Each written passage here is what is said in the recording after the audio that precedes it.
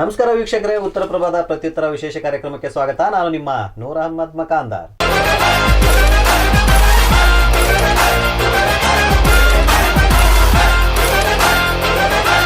ವೀಕ್ಷಕರೇ, ಈಗಾಗಲೇ ಗದಗ ಜಿಲ್ಲೆಯಲ್ಲಿ ಸಾಹಿತ್ಯ ಪರಿಷತ್ತಿನ ಚುನಾವಣೆಗೆ ಸಂಬಂಧಪಟ್ಟಂತೆ ಬಹಳಷ್ಟು ಚಟುವಟಿಕೆಗಳು ನಡೀತಾ ಇದೆ. ಒಂದು ಹಂತದಲ್ಲಿ ಸಮಾನ ಆಸಕ್ತ ವಲಯ ಅನ್ನುವಂಥ ಸಾಹಿತಿಗಳ ವಲಯ ಸೇರಿಕೊಂಡು ಸಾಹಿತಿಗಳಾಗಿರುವಂತಹ ಶಿಕ್ಷಕ ಸಾಹಿತಿಗಳಾಗಿರುವುದು ಮತ್ತು ಮಕ್ಕಳ ಸಾಹಿತ್ಯ ಕ್ಷೇತ್ರದಲ್ಲಿ ಕೂಡ ಸಾಕಷ್ಟು ಕೆಲಸವನ್ನು ಮಾಡಿರುವಂತಹ ವಿವೇಕಾನಂದ ಗೌಡ ಪಾಟೀಲ್ ಅವರನ್ನು ಒಮ್ಮತದ ಅಭ್ಯರ್ಥಿಯಾಗಿ ನೇಮಕ ಮಾಡಿದರು. ಇದರ ಬೆನ್ನಲ್ಲೇ ಈಗಿನ ಹಾಲಿ ಕನ್ನಡ ಸಾಹಿತ್ಯ ಪರಿಷತ್ತಿನ ಅಧ್ಯಕ್ಷರಾಗಿರುವಂತಹ ಶರಣು ಗೋಗೇರಿ ಅವರ ಒಂದು ಆಪ್ತ ವಲಯ ಅವರನ್ನು, ಅಂದರೆ ಮತ್ತೆ ಪುನಃ ಮತ್ತೊಂದು ಅವಧಿಗೂ ಕೂಡ ಶರಣು ಗೋಗೇರಿ ಅವರನ್ನು ಅಧ್ಯಕ್ಷ ಸ್ಥಾನಕ್ಕೆ ಚುನಾವಣೆಗೆ ಸ್ಪರ್ಧೆ ಮಾಡೋದಕ್ಕೆ ಒಮ್ಮತದ ಅಭ್ಯರ್ಥಿಯಾಗಿ ಆಯ್ಕೆ ಮಾಡಿದ್ದಾರೆ. ಎಲ್ಲ ಬೆಳವಣಿಗೆಗಳನ್ನು ನೋಡ್ತಾ ಇದ್ರೆ ಒಂದು ಕಡೆ ಈ ಬಾರಿಯ ಕನ್ನಡ ಸಾಹಿತ್ಯ ಪರಿಷತ್ತಿನ ಚುನಾವಣೆ ಬಹಳಷ್ಟು ದಿನದಿಂದ ದಿನಕ್ಕೆ ಬಹಳಷ್ಟು ಚಟುವಟಿಕೆಗಳಿಂದ ಕೂಡಿದೆ ಅಂತಲೂ ಕೂಡ ಹೇಳ್ಬೋದು. ಈಗಾಗಲೇ ಸಾಕಷ್ಟು ವಿಚಾರಗಳನ್ನು ಕೂಡ ಶರಣು ಗೋಗೇರಿ ಅವರು ವ್ಯಕ್ತಪಡಿಸಿದ್ರು, ಅಭಿಪ್ರಾಯವನ್ನು ಕೂಡ ವ್ಯಕ್ತಪಡಿಸಿದ್ರು. ಅದಕ್ಕೆ ಪೂರಕವಾಗಿ ಈಗೇನು ಇತ್ತೀಚೆಗಷ್ಟೇ ಸಮಾನ ಆಸಕ್ತ ಸಾಹಿತ್ಯ ವಲಯ ಶ್ರೀ ವಿವೇಕಾನಂದ ಗೌಡ ಪಾಟೀಲ್ ಅವರನ್ನು ಒಮ್ಮತದ ಅಭ್ಯರ್ಥಿಯಾಗಿ ಆಯ್ಕೆ ಮಾಡಿದರು. ಅವರೊಟ್ಟಿಗೆ ಅಂದರೆ ಯಾವ ಹಿನ್ನೆಲೆಯಲ್ಲಿ ಅವರ ಚುನಾವಣೆಯ ಪೂರ್ವ ತಯಾರಿ ಆಗಿರ್ಬೋದು ಮತ್ತು ಚುನಾವಣೆಯ ಉದ್ದೇಶಗಳಾಗಿರ್ಬೋದು ಮತ್ತು ಅವರ ಚುನಾವಣೆಯನ್ನು ಎದುರಿಸುವಂಥ ಯಾವೆಲ್ಲ ಅಜೆಂಡಾಗಳನ್ನು ಇಟ್ಕೊಂಡು ಅವರು ಇವತ್ತು ಸಾಹಿತ್ಯ ವಲಯದ ಹತ್ರ ಮತಯಾಚನೆಗೆ ಹೋಗ್ತಾರೆ ಅನ್ನುವಂಥ ಹಲವು ವಿಷಯಗಳನ್ನು ಚರ್ಚೆಯನ್ನು ಮಾಡಲಿದ್ದೇನೆ. ಹಾಗಾಗಿ ನಾನು ಈ ಒಂದು ಪ್ರತ್ಯುತ್ತರ ವಿಶೇಷ ಕಾರ್ಯಕ್ರಮಕ್ಕೆ ವಿವೇಕಾನಂದ ಗೌಡ ಪಾಟೀಲ್ ಅವರನ್ನು ಆತ್ಮೀಯವಾಗಿ ಸ್ವಾಗತಿಸ್ತೀನಿ. ಸರ್ ನಮಸ್ತೆ. ಸರ್ ನಮಸ್ಕಾರ. ಎಲ್ಲ ಸಮಸ್ತ ವೀಕ್ಷಕರಿಗೆ ನಮಸ್ಕಾರಗಳು. ವೀಕ್ಷಕರೇ, ಈಗಾಗಲೇ ವಿವೇಕಾನಂದ ಗೌಡ ಪಾಟೀಲ್ ಅಂತಂದರೆ ಗದಗ ಜಿಲ್ಲೆಯ ಸಾಹಿತ್ಯ ವಲಯದಲ್ಲಿ ಮತ್ತು ನಾಡಿನ ಸಾಕಷ್ಟು ಸಾಹಿತ್ಯ ವಲಯದಲ್ಲಿ ಒಂದು ಪರಿಚಿತ ಹೆಸರು ಅಂತಲೇ ಹೇಳ್ಬೋದು. ಯಾಕಂದರೆ ಮಕ್ಕಳ ಸಾಹಿತ್ಯ ಕ್ಷೇತ್ರ ಆಗಿರ್ಬೋದು, ಅದರ ಜೊತೆಗೆ ಸಾಕಷ್ಟು ಶಿಕ್ಷಕ ವಲಯದಲ್ಲಾಗಿರ್ಬೋದು. ಯಾಕಂದರೆ ಶಿಕ್ಷಕರ ವಲಯದಲ್ಲಿಯೂ ಕೂಡ ಬಹಳಷ್ಟು ಕ್ರಿಯಾಶೀಲತೆಯಿಂದ ಇವತ್ತು ನಾವು ನೋ ಬ್ಯಾಗ್ ಡೇ ಅನ್ನುವಂಥ ಪರಿಕಲ್ಪನೆ ಹುಟ್ಟಿದ್ದೇ ಅದಕ್ಕೆ ಮೂಲ ನೀರೆರೆದು ಅದನ್ನು ಪೋಷಿಸಿರುವಂಥದ್ದೇ ವಿವೇಕಾನಂದ ಗೌಡ ಪಾಟೀಲ್ ಅವರಿಗೆ ಆ ಕೀರ್ತಿ ಸಲ್ತದೆ ಅಂತಲೂ ಕೂಡ ಹೇಳಲಾಗ್ತಿದೆ. ಆ ಒಂದು ನಿಟ್ಟಿನಲ್ಲಿ ಸಾಕಷ್ಟು ಸಾಹಿತ್ಯಿಕ ಚಟುವಟಿಕೆಗಳ ಮೂಲಕ ತಮ್ಮನ್ನು ತಾವು ತೊಡಗಿಸಿಕೊಂಡಿರುವಂಥ ವಿವೇಕಾನಂದ ಗೌಡ ಪಾಟೀಲರು ಸಾಹಿತ್ಯ ಕ್ಷೇತ್ರದಲ್ಲಿ, ಅಂದರೆ ಅದರಲ್ಲಿಯೂ ಗದಗ ಜಿಲ್ಲಾ ಸಾಹಿತ್ಯ ವಲಯದಲ್ಲಿ ಸಾಹಿತ್ಯ ಪರಿಷತ್ತಿನಲ್ಲಿ ಸಾಕಷ್ಟು ಹುದ್ದೆಗಳನ್ನು ಕೂಡ ಅಲಂಕರಿಸಿ ಸಾಕಷ್ಟು ಸಾಹಿತ್ಯಿಕ ಚಟುವಟಿಕೆಗಳನ್ನು ಕೂಡ ಅವರು ಮಾಡಿದ್ದಾರೆ. ಆ ಒಂದು ನಿಟ್ಟಿನಲ್ಲಿ ಈಗ ಬರುವಂತಹ ಕನ್ನಡ ಸಾಹಿತ್ಯ ಪರಿಷತ್ತಿನ ಚುನಾವಣೆಗೆ ಅವರನ್ನು ಒಮ್ಮತದ ಅಭ್ಯರ್ಥಿ ಅಂಥೇಳಿ ಅವರ ಒಂದು ಸಮಾನ ಆಸಕ್ತ ವಲಯ ಸಾಕಷ್ಟು ಹಿರಿಯ ಸಾಹಿತಿಗಳನ್ನ ಒಡಗೂಡಿ ಒಂದು ಸಮಾನ ಆಸಕ್ತ ವಲಯ ಏನಿದೆ ಅವರನ್ನು ಆಯ್ಕೆ ಮಾಡಿದೆ. ಈ ಒಂದು ನಿಟ್ಟಿನಲ್ಲಿ ಈ ಬಗ್ಗೆ ನಾನು ಅವ್ರನ್ನ ವಿವೇಕಾನಂದ ಗೌಡ ಪಾಟೀಲ್ ಅವರನ್ನ ಕೂಡ ಮಾತಾಡಿಸಲಿದ್ದೇನೆ. ಸರ್, ಈಗ ಬಹಳಷ್ಟು ಇತ್ತೀಚೆಗಷ್ಟೇ ಏನೋ ಸಭೆಯನ್ನು ಮಾಡಿದರು, ಸಮಾನ ಆಸಕ್ತ ವಲಯದ ಸಭೆಯಲ್ಲಿ ತಮ್ಮನ್ನು ಒಮ್ಮತದ ಅಭ್ಯರ್ಥಿ ಅಂಥೇಳಿ ಚುನಾವಣೆಗೆ ಆಯ್ಕೆ ಮಾಡಿದರು. ಒಂದು ಕಡೆ ಇವತ್ತಿನ ಈ ಒಂದು ಪ್ರಸ್ತುತ ಸಂದರ್ಭದಲ್ಲಿ ವಿವೇಕಾನಂದ ಗೌಡ ಪಾಟೀಲ್ ಅವರ ಸ್ಪರ್ಧೆ ಅವಶ್ಯಕತೆ ಯಾಕಿದೆ? ಸರ್, ಈ ವಿಷಯ ಏನು ಅಂತಂದರೆ, ಒಂದು ಪತ್ರಿಕೆಯಲ್ಲಿ ಇಂತಿಂಥ ಜನ ಚುನಾವಣೆಗೆ ನಿಲ್ಬೋದು ಅಂತಕ್ಕಂಥ ಒಂದು ವಿವರ ಬಂದಿತ್ತು. ಆ ಹಿನ್ನೆಲೆ ಒಳಗೆ ನಮ್ಮ ಸಮಾನ ಆಸಕ್ತ ಸಾಹಿತ್ಯ ಹಾಗೂ ಸಂಸ್ಕೃತಿಯ ಬಳಗ ಏನಿದೆಯಲ್ಲ, ಅಲ್ಲಿ ಭಾಳ ಮುಖ್ಯವಾಗಿ ನಮ್ಮ ಜಿಲ್ಲೆಯ ಹೆಸರಾಂತ ಎಲ್ಲ ಸಾಹಿತಿಗಳು ಸೇರಿಕೊಂಡು ಡಾಕ್ಟರ್ ಅರ್ಜುನ್ ಗುಳಸಂಗಿ ಅವರು ಇರ್ಬೋದು, ಪ್ರೊಫೆಸರ್ KH ಬೇಲೂರ್ ಅವರು ಇರ್ಬೋದು, ಅನ್ನದಾನಿ ಹಿರೇಮಠ ಅವರು ಇರ್ಬೋದು, HP ಪೂಜಾರ್ ಅವರು ಇರ್ಬೋದು, ನಮ್ಮ AS ಮಕಾಂದಾರ್ ಅವರು ಇರ್ಬೋದು, ಹೀಗೆ ಅನೇಕ ಸಾಹಿತ್ಯದ ವಲಯದ ಅನೇಕ ದಿಗ್ಗಜರು, ನಮ್ಮ ಕಡ್ನಿ ಶಾಸ್ತ್ರಿ ಅವರು, ಅನೇಕ ಜನ ಸೇರಿಕೊಂಡು ಒಂದು ಚರ್ಚೆಯನ್ನು ಮಾಡಿದ್ವಿ. ಚರ್ಚೆಯನ್ನು ಮಾಡಿದಾಗ ನಮ್ಮ ಸಮಾನ ಆಸಕ್ತ ವಲಯದೊಳಗನ 3 ಜನ ನಾವು ಸ್ಪರ್ಧಿಗಳಿದ್ವಿ. ಅಂದರೆ ಡಾಕ್ಟರ್ ಶಿವಪ್ಪ ಕುರಿಯವರು ಮತ್ತು ಡಾಕ್ಟರ್ GB ಪಾಟೀಲರು ಮತ್ತು ನಾನು, ಈ 3 ಜನರ ಹೆಸರು ಕೂಡ ಪತ್ರಿಕೆಯಲ್ಲಿ ಬಂದಿತ್ತು. ಆ ಹಿನ್ನೆಲೆಯೊಳಗೆ ನಾವು ಕೂತ್ಕೊಂಡು ಸುಮಾರು 3 ಸಭೆಗಳನ್ನು ಮಾಡಿದ್ವಿ. 3 ಸಭೆಗಳನ್ನು ಮಾಡಿ ಅಂತಿಮವಾಗಿ ನನ್ನನ್ನು ಆಯ್ಕೆ ಮಾಡಿದರು. ಬಹುಶಃ ನನ್ನನ್ನು ಆಯ್ಕೆ ಮಾಡಲಿಕ್ಕೆ ಕಾರಣ ಏನಂದರೆ, ಡಾಕ್ಟರ್ ಶಿವಪ್ಪ ಕುರಿಯವರು ಈಗಾಗಲೇ ಒಂದು ಅವಧಿ ಒಳಗೆ ಅವರು ಆಗಿದ್ದರು, ಇನ್ನೊಬ್ಬರಿಗೆ ಅವಕಾಶ ಸಿಗಲಿ ಅಂತಕ್ಕಂಥದ್ದು ಹಿರಿಯರ ಒಂದು ಆಶಯ ಆಗಿತ್ತು ಮತ್ತು ಅವರ ಆಶಯನೂ ಕೂಡ ಅದು ಆಗಿತ್ತು. ಹಾಗೆಯೇ ಡಾಕ್ಟರ್ GB ಪಾಟೀಲ್ ಅವರು ಇಲ್ಲ, ಈ ಸರಿ ಯುವಕರಿಗೆ ಹೊಸಬರಿಗೆ ಸ್ವಲ್ಪ ಹೆಚ್ಚು ಓಡಾಡಿಕೊಂಡು ಕ್ರಿಯಾಶೀಲವಾಗಿ ಇದ್ದಂಥವರಿಗೆ ಅವಕಾಶ ಮಾಡಿಕೊಡೋಣ, ನಾನು ಹಿಂದೆ ಸರಿತೀನಿ ಅಂತಕ್ಕಂಥ ವಿಚಾರವನ್ನು ಹೇಳಿದರು. ಆ ಹಿನ್ನೆಲೆ ಒಳಗೆ ಬಹುಶಃ ನನ್ನ ಒಂದು ಚಟುವಟಿಕೆ ಮತ್ತು ಏನಾದರೂ ಇವರು ಮಾಡ್ಬೋದು ಮತ್ತು ನನ್ನ ಹಿಂದಿನ ಏನು ಸಾಹಿತ್ಯ ಪರಿಷತ್ತಿನ ಜೊತೆಗೆ ಒಂದು ನಂಟಿತ್ತು. ಅಂದರೆ ನಾನು ಗದಗ ತಾಲೂಕಾ ಕನ್ನಡ ಸಾಹಿತ್ಯ ಪರಿಷತ್ತಿನ ಅಧ್ಯಕ್ಷನಾಗಿ 2004ರಿಂದ ಕೆಲಸ ಮಾಡಿದೆ ಮತ್ತು 2007ರಿಂದ 2010ರವರೆಗೆ ಪ್ರೊಫೆಸರ್ ಎ ಬಿ ಹಿರೇಮಠ ಅವರು ಜಿಲ್ಲಾ ಕನ್ನಡ ಸಾಹಿತ್ಯ ಪರಿಷತ್ತಿನ ಅಧ್ಯಕ್ಷರಾದಾಗ ನಾನು ಗೌರವ ಕಾರ್ಯದರ್ಶಿಯಾಗಿ ಕೆಲಸ ಮಾಡಿದ್ದೆ. ಮತ್ತು ಆ ಸಂದರ್ಭದೊಳಗೆ ಗದಿನೊಳಗೆ ಅಖಿಲ ಭಾರತ ಸಾಹಿತ್ಯ ಸಮ್ಮೇಳನ ಜರುಗಿತು. ಆ ಸಾಹಿತ್ಯ ಸಮ್ಮೇಳನದ ಇಡೀ ಯೋಜನೆಯನ್ನು, ರೂಪರೇಷೆಯನ್ನು ತಯಾರು ಮಾಡ್ತಕ್ಕಂಥ ಒಂದು ಪ್ರಕ್ರಿಯೆಯಲ್ಲಿ ನಾನು ತೊಡಗಿದ್ದೆ. ಸೊ ಇದನ್ನು ಸಮೀಪದಿಂದ ನೋಡಿರ್ತಕ್ಕಂಥ ನಮ್ಮ ಸಾಹಿತ್ಯ ಬಳಗ ಬಹುಶಃ ಈ ವ್ಯಕ್ತಿ ಆದರೆ ಈ ಒಂದು ಸಾಹಿತ್ಯ ಪರಿಷತ್ತನ್ನು ಉತ್ತಮ ರೀತಿಯಲ್ಲಿ ಮುನ್ನಡೆಸಬಹುದು ಅಂತಕ್ಕಂಥ ಹಿನ್ನೆಲೆ ಒಳಗೆ ಭರವಸೆಯನ್ನು ಇಟ್ಕೊಂಡು ಬಹುಶಃ ಅವರು ನನ್ನನ್ನು ಆಯ್ಕೆ ಮಾಡಿದರು ಅಂಥೇಳಿ ನನ್ನ ಒಂದು ಅಭಿಪ್ರಾಯ. ಓಕೆ, ಆಯ್ಕೆ ಅಂತೂ ಆಯಿತು. ಈಗ ಒಂದು ಕಡೆ ಸಾಹಿತ್ಯ ಆಸಕ್ತಿ, ಯಾಕಂದ್ರೆ ನಿಮ್ಮನ್ನು ಹತ್ತಿರದಿಂದ ನೋಡಿದಂಥವ್ರು ಆ ಥರದ್ದು ನಿಮ್ಮ ಒಮ್ಮತದಿಂದ ನಿಮ್ಮನ್ನು ಅಭ್ಯರ್ಥಿಯಾಗಿ ಆಯ್ಕೆ ಮಾಡಿದರು. ನನ್ನ ಪ್ರಶ್ನೆ ಏನು ಅಂತಂದ್ರೆ, ಆದ್ರೆ ವಿವೇಕಾನಂದ ಗೌಡ ಪಾಟೀಲ್ರಳು ಒಂದು ಏನಾದರೂ ಇರಬೇಕಲ್ಲ, ನಾನು ಈ ಒಂದು ಹುದ್ದೆಗೆ ಅರ್ಹನಾಗಿದ್ದೇನೆ ಅಂತಂದ್ರೆ ಹಂಗೆ ಹೇಳ್ಕೊಳ್ಳುವಂಥ ಸಾಹಿತ್ಯಿಕವಾಗಿರುವಂಥ ಚಟುವಟಿಕೆಗಳು, ಆ ಕೆಲಸ ಏನಾಗಿದೆ ಸರ್? ಒಂದು ಸಾಹಿತ್ಯ ಪರಿಷತ್ತು ಭಾಳ ವಿಭಿನ್ನವಾಗಿರ್ತಕ್ಕಂಥ ಸಂಸ್ಥೆ. ತಮಗೆ ಗೊತ್ತಿರುವ ಹಾಗೆ ಇದು ಶತಮಾನವನ್ನು ಕಂಡಿರ್ತಕ್ಕಂಥ ಒಂದು ಸಂಸ್ಥೆ. ಅನೇಕ ದಿಗ್ಗಜರು ಸೇರಿಕೊಂಡು ಈ ಸಂಸ್ಥೆಯನ್ನು ಕಟ್ಟಿದ್ದಾರೆ. ಮತ್ತು ಅದರಲ್ಲಿ ಭಾಳ ಮುಖ್ಯವಾಗಿ ಕರ್ನಾಟಕವನ್ನು ಒಂದುಗೂಡಿಸ್ತಕ್ಕಂಥ ಏನು ಒಂದು ಪ್ರಯತ್ನ ನಡೀತು, ಅದನ್ನು ಕರ್ನಾಟಕ ಏಕೀಕರಣ ಚಳವಳಿ ಅಂತೀವಲ್ಲ, ಅದನ್ನು ಸಾಹಿತ್ಯ ಪರಿಷತ್ತು ಸಮ್ಮೇಳನಗಳ ಮೂಲಕ, ವಿಚಾರ ಸಂಕಿರಣಗಳ ಮೂಲಕ, ಉಪನ್ಯಾಸಗಳ ಮೂಲಕ, ಹೋರಾಟಗಳ ಮೂಲಕ ಈ ಒಂದು ಎಲ್ಲ ಕನ್ನಡಿಗರು ಒಂದು ಗಡಿರೇಖೆಯ ವ್ಯಾಪ್ತಿಯೊಳಗೆ ಬರಬೇಕು ಅಂತಕ್ಕಂಥ ಮಹದುದ್ದೇಶವನ್ನು ಇಟ್ಕೊಂಡು ಈ ಸಂಸ್ಥೆ ಸ್ಥಾಪನೆ ಆಯಿತು. ಅದಕ್ಕಿಂತ ಪೂರ್ವದೊಳಗೆ ಕರ್ನಾಟಕ ವಿದ್ಯಾವರ್ಧಕ ಸಂಘ ಧಾರವಾಡದಲ್ಲಿ ಸ್ಥಾಪನೆ ಆಯಿತು. ಸೊ ಈ ಒಂದು ಹಿನ್ನೆಲೆ ಒಳಗೆ ಈ ಸಾಹಿತ್ಯ ಪರಿಷತ್ತು ಬೆಳೆದು ಬಂದಿರೋದ್ರಿಂದ ಈ ಸಾಹಿತ್ಯ ಪರಿಷತ್ತಿನ ಮುಖ್ಯ ಉದ್ದೇಶಗಳು ಈಡೇರಬೇಕು ಅಂತಂದರೆ ಇಲ್ಲಿ ಸ್ಪರ್ಧೆ ಮಾಡ್ತಕ್ಕಂಥ ಒಬ್ಬ ವ್ಯಕ್ತಿ ಕೇವಲ ಸಾಹಿತಿಯಾಗಿದ್ದರೆ ನಡೆಯಲ್ಲ, ಕೇವಲ ಸಂಘಟಕ ಆಗಿದ್ದರೆ ನಡೆಯಲ್ಲ. ಇದು ನನ್ನ ಅಭಿಪ್ರಾಯ. ಈಗ ಸಾಹಿತಿಯಾಗಿದ್ದರೆ ಆತ ಬರವಣಿಗೆಯಲ್ಲಿ ಭಾಳ ಅದ್ಭುತವಾಗಿದ್ದನ್ನು ಸಾಧಿಸ್ಬೋದು. ಬಟ್ ಸಂಘಟನೆ ಬಂದಾಗ ಅದನ್ನು ಆರ್ಗನೈಸ್ ಮಾಡ್ತಕ್ಕಂಥ ಒಂದು ಇದು ಐತಲ್ಲ, ಅದು ಒಂದು ಕೌಶಲ್ಯನ. ಆ ಕೌಶಲ್ಯದ ಕೊರತೆ ಇದ್ದಾಗ ನಾವು ಜನರಿಗೆ ಆ ಸಾಹಿತ್ಯವನ್ನು ತಲುಪಿಸುವ ಹಿನ್ನೆಲೆ ಒಳಗೆ ಹಿನ್ನಡೆ ಆಗ್ಬೋದು. ಕೇವಲ ಸಾಹಿತಿಯಾಗಿದ್ದರೆ. ಕೇವಲ ಸಂಘಟಕ ಆಗಿದ್ದರೆ ಏನು ಒಂದು ಆಗ್ತೈತಿ ಅಂದ್ರೆ ಆತ ಸಾಹಿತ್ಯವನ್ನು ಬಿಟ್ಟು ಎಲ್ಲ ಮಾಡಿಬಿಡ್ತಾನೆ. ಸೊ ಇದು ಒಂದು ಅಪಾಯ ಐತಿ. ಅದಕ್ಕೆ ಕನ್ನಡ ಸಾಹಿತ್ಯ ಪರಿಷತ್ತಿಗೆ ಅಭ್ಯರ್ಥಿ ಆಗೋದು ಹೆಂಗಿರ್ಬೇಕಂದ್ರೆ ಆತ ಸಾಹಿತ್ಯನೂ ಆಗಿರಬೇಕು, ಆತ ಸಂಘಟಕನೂ ಆಗಿರಬೇಕು. ಸೊ ಈ ಹಿನ್ನೆಲೆ ಒಳಗೆ ನಾನು ಸಾಹಿತ್ಯವನ್ನು ನೋಡಿದಾಗ ಅಲ್ಪ ಸ್ವಲ್ಪ ಕೆಲಸ ಮಾಡೀನಿ. ನಾನೇನು ದೊಡ್ಡ ಪ್ರಮಾಣದ ಕೆಲಸ ಮಾಡೀನಿ ಅಂತಲ್ಲ. ಅದು ಮಕ್ಕಳ ಕಥೆ ಕವಿತೆಗಳಿರ್ಬೋದು, ದೊಡ್ಡವರ ಒಂದು ಕಥೆ ಕವಿತೆಗಳ ಒಂದು ವಿಭಾಗದೊಳಗಿರ್ಬೋದು, ಮತ್ತು ಶೈಕ್ಷಣಿಕವಾಗಿ ಶಿಕ್ಷಕರಿಗೆ ಅನುಕೂಲ ಆಗ್ತಕ್ಕಂಥ ಪುಸ್ತಕಗಳಿಗೆ ಸಂಬಂಧಪಟ್ಟಂಥ ಇರ್ಬೋದು, ಮತ್ತು ಪ್ರಚಲಿತ ಸನ್ನಿವೇಶಕ್ಕೆ ತಕ್ಕ ಹಾಗೆ ನನ್ನ ಬರಹದ ಮೂಲಕ ಜನರನ್ನು ನಾನು ಪತ್ರಿಕೆಗಳ ಮೂಲಕ ತಲುಪ್ತಕ್ಕಂಥ ಕೆಲಸವನ್ನು ಕೂಡ ನಾನು ಮಾಡಿದ್ದೀನಿ. ಅಂದರೆ ಒಂದು ಸಂದರ್ಭದೊಳಗೆ ಜನ ನನ್ನನ್ನು ಸಾಹಿತಿ ಅಂತಲೂ ಗುರುತಿಸಿದ್ದಾರೆ. ನಾನು ದೊಡ್ಡ ಪ್ರಮಾಣದಲ್ಲಿ ಇರಲಿಕ್ಕಿಲ್ಲ, ಬಟ್ ಜನ ನನ್ನನ್ನು ಆ ಪ್ರಮಾಣದಲ್ಲಿ ಗುರುತಿಸಿದ್ದಾರೆ. ಇನ್ನೊಂದು ಭಾಳ ಮುಖ್ಯವಾಗಿ ನನ್ನ ಸಂಘಟಕ ಅಂತಲೂ ಗುರುತಿಸಿದ್ದಾರೆ. ನಾನು ಸುಮಾರು ಸಾಕ್ಷರತಾ ಆಂದೋಲನದಿಂದ ಹಿಡ್ಕೊಂಡು ಇಲ್ಲಿಯವರೆಗಿನ ಎಲ್ಲ ಜನಪರ ಒಂದು ಚಳವಳಿಗಳಲ್ಲಿ, ಸಾಹಿತ್ಯಿಕ ಒಂದು ಚಳವಳಿಗಳಲ್ಲಿ ನಾನು ಭಾಗವಹಿಸಿದ್ದೀನಿ. 1994ರಲ್ಲಿ ನಾನು ಬೆಳ್ಳಟ್ಟಿಯಲ್ಲಿ ಕೆಲಸ ಮಾಡಬೇಕಾದ್ರೆ ಸಾಹಿತ್ಯ ವೇದಿಕೆ ಅಂತ ಹೇಳಿ ನಾನು ಕಟ್ಟಿಕೊಂಡು ಗೆಳೆಯರ ಬಳಗದಿಂದ ಅಲ್ಲಿಂದ ಶುರುವಾಗಿರ್ತಕ್ಕಂಥ ನಂದು ಸಾಹಿತ್ಯ ಪಯಣ. ನಾನು ಶಿರಟ್ಟಿಯಲ್ಲಿ ಕೆಲಸ ಮಾಡೋ ಮುಂದೂ ಕೂಡ ವಿಶ್ವಚೇತನ ಸಾಂಸ್ಕೃತಿಕ ವೇದಿಕೆ ನಮ್ಮ NR ಕುಲಕರ್ಣಿಯವರ ನೇತೃತ್ವದಲ್ಲಿ ನಡೀತಿತ್ತು. ಅದರಲ್ಲಿ ಕೂಡ ಸಕ್ರಿಯವಾಗಿ ಭಾಗವಹಿಸಿದ್ದೀನಿ. ಮುಂಡ್ರಿಗೆಯಲ್ಲಿ ಕೆಲಸ ಮಾಡ್ತಕ್ಕಂಥ ಸಂದರ್ಭದಲ್ಲೂ ಕೂಡ ಅಲ್ಲಿ ನಮ್ಮ ನಿಂಗು ಸೊಲಿಗೆಯವರು ಮತ್ತು ಪೊಲೀಸ್ ಪಾಟೀಲರು, ಈ ಪ್ರೊಫೆಸರ್ ಎ ಬಿ ಹಿರೇಮಠರು, ಈ ಏನು ಬಳಗ ಇತ್ತಲ್ಲ ಆ ಬಳಗದ ಕಾರ್ಯಕ್ರಮಗಳಲ್ಲಿ ನಾನು ಭಾಗವಹಿಸಿದ್ದೀನಿ.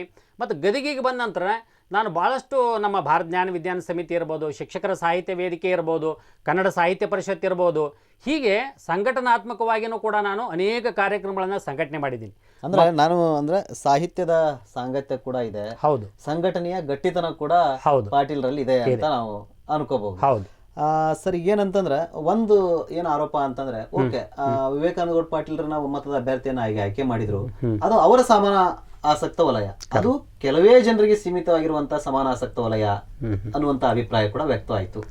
ಇಲ್ಲ, ಹಾಗೇನಿಲ್ಲ ಸರ್. ನಾವು ಸಮಾನ ಆಸಕ್ತ ಬರ ಅಂದ್ರೆ ನಮ್ಮ ಏನು ಜಿಲ್ಲೆಯ ಹಿರಿಯ ಸಾಹಿತಿಗಳಿದ್ದಾರೆ ಅವರೆಲ್ಲ ಸೇರಿಕೊಂಡು ಮಾಡಿದ್ದು. ಕೆಲವೊಬ್ಬರು ಪ್ರತ್ಯಕ್ಷವಾಗಿ ಅಲ್ಲಿ ಇರಲಿಕ್ಕಿಲ್ಲ, ಬಟ್ ಸಾಹಿತಿಗಳು ಏನಾಗ್ಯಾರ ಅಂದ್ರೆ ಬೇರೆ ಬೇರೆ ತಾಲೂಕುಗಳನ್ನು ಸಂಪರ್ಕ ಮಾಡಿ ಅವರು ಈ ಥರದ ಒಂದು ಅಭಿಪ್ರಾಯವನ್ನು ಕ್ರೋಢೀಕರಣ ಮಾಡಿಕೊಂಡು ಒಂದು ಸಭೆಯನ್ನು ಮಾಡಿದರು. ಮತ್ತು ಸಭೆ ಮಾಡ್ಬೇಕಾದ್ರೆ ಇದು ಕೆಲವೇ ಜನರದಲ್ಲ.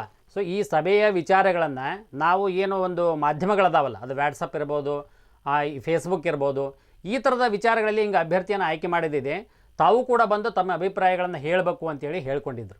ಸೊ ಹೀಗಾಗಿ ನಾವು ಆ ಸಭೆಗೆ ಸಂಬಂಧಪಟ್ಟ ಹಾಗೆ ಅನೇಕ ಜನರನ್ನು ನಾನು ವೈಯಕ್ತಿಕವಾಗಿ ಕರೆದಿದ್ದೀನಿ. ಮತ್ತು ನಮ್ಮದು ಒಂದು ಈ ಕರೀತಕ್ಕಂಥದ್ರ ಬಗ್ಗೆ ಒಂದು ಟೀಮನ್ನು ಮಾಡ್ಕೊಂಡಿದ್ವಿ, ಅವರು ಕೂಡ ಕರೆದಿದ್ದಾರೆ. ಮತ್ತು ನಮ್ಮ ಬಳಗದಲ್ಲಿರ್ತಕ್ಕಂಥ ಎಲ್ಲರೂ ಕೂಡ ಈ ಒಂದು ಸಂದೇಶವನ್ನು ತಲುಪಿಸಿ ಒಂದು ಸಭೆಯನ್ನು ಮಾಡಿದ್ದಾರೆ. ಅಂದರೆ ಈ ಸಭೆ ಕೇವಲ ಒಂದು ಸಭೆಯಲ್ಲಿ ಆಗಿಲ್ಲ, ಇದು ಸುಮಾರು 2-3 ಸಭೆಗಳ ಆಗಿ ಮತ್ತು ನಮ್ಮದು ಕೊನೆಯ ಸಭೆ ನಾವೇನು ಜಗದ್ಗುರು ತೋಂಟದಾರ್ಯ ಕಲ್ಯಾಣ ಮಂಟಪದಲ್ಲಿ ಮಾಡಿದ್ವಿ, ಅವಾಗಲೂ ಕೂಡ ಮುಕ್ತವಾಗಿರ್ತಕ್ಕಂಥ ಚರ್ಚೆ ಅದಾವೆ. 3 ಅಭ್ಯರ್ಥಿಗಳ ಬಗ್ಗೆನೂ ಕೂಡ ಅಲ್ಲಿ ಬಂದಿರತಕ್ಕಂಥ ಜನ ಚರ್ಚೆ ಮಾಡಿದ್ದಾರೆ. ಚರ್ಚೆ ಮಾಡಿ ಅಂತಿಮ ಸ್ವರೂಪದಲ್ಲಿ ಅದು ನನ್ನ ಆಯ್ಕೆಯಾಗಿದೆ.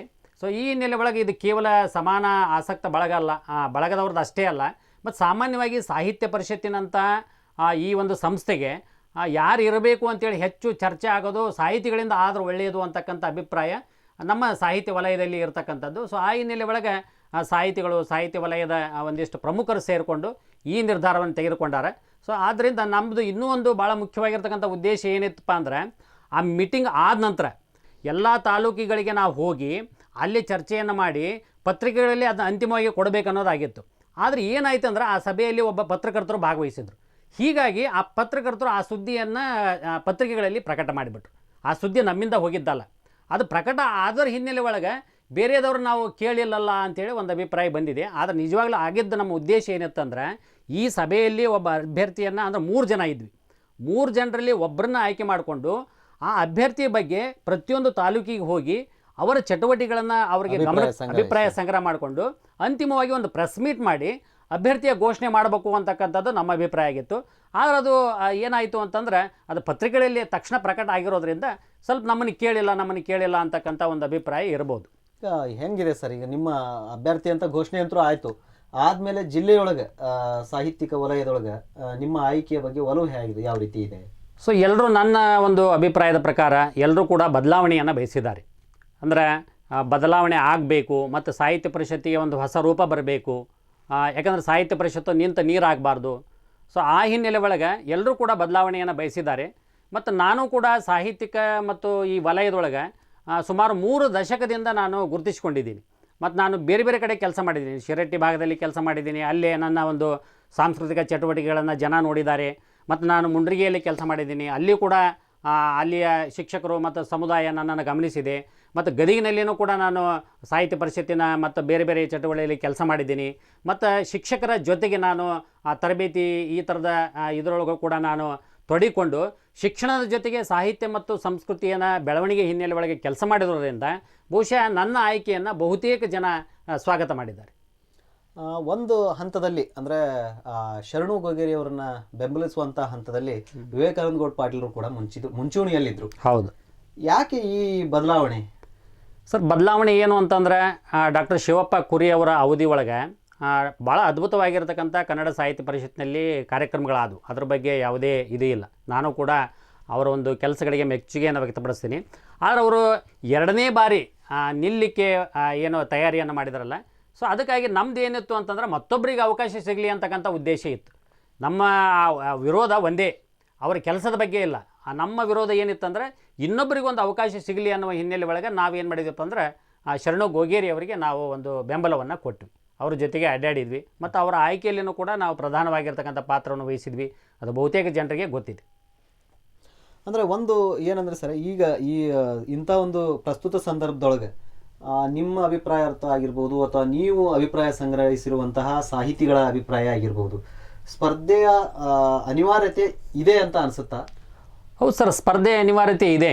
ಮತ್ತು ಯಾಕಂದರೆ ಸಾಹಿತ್ಯ ಪರಿಷತ್ತು ಇಲ್ಲೇ ವ್ಯಕ್ತಿ ಮುಖ್ಯ ಅಲ್ಲ, ಇಲ್ಲಿ ವಿವೇಕಾನಂದ ಪಾಟೀಲ್ ಮುಖ್ಯ ಅಲ್ಲ, ಸಂಸ್ಥೆ ಮುಖ್ಯ. ಈ ಸಂಸ್ಥೆಯನ್ನು ನಾವು ಏನು ಸಂಸ್ಥೆಯ ಧ್ಯೇಯೋದ್ದೇಶಗಳದಾವಲ್ಲ ಅದಕ್ಕೆ ತಕ್ಕ ಹಾಗೆ ಅದು ಸಾಹಿತ್ಯ ಪರಿಷತ್ತು ನಡಿಬೇಕು ಅಂತಕ್ಕಂಥದ್ದು ಬಹುತೇಕರ ಒಂದು ಇದು. ಯಾಕಂದರೆ ಈ ಅವಧಿಯಲ್ಲಿ ನಿರೀಕ್ಷಿತ ಮಟ್ಟದಲ್ಲಿ ಕೆಲಸಗಳು ಆಗಲಿಲ್ಲ. ನಿಮಗೊಂದು ಉದಾಹರಣೆ ಹೇಳ್ಬೇಕಂತಂದರೆ, ಸಾಹಿತ್ಯ ಪರಿಷತ್ತು ಪ್ರತಿ ವರ್ಷ ಜಿಲ್ಲಾ ಸಮ್ಮೇಳನಗಳನ್ನು ನಡೆಸಬೇಕು.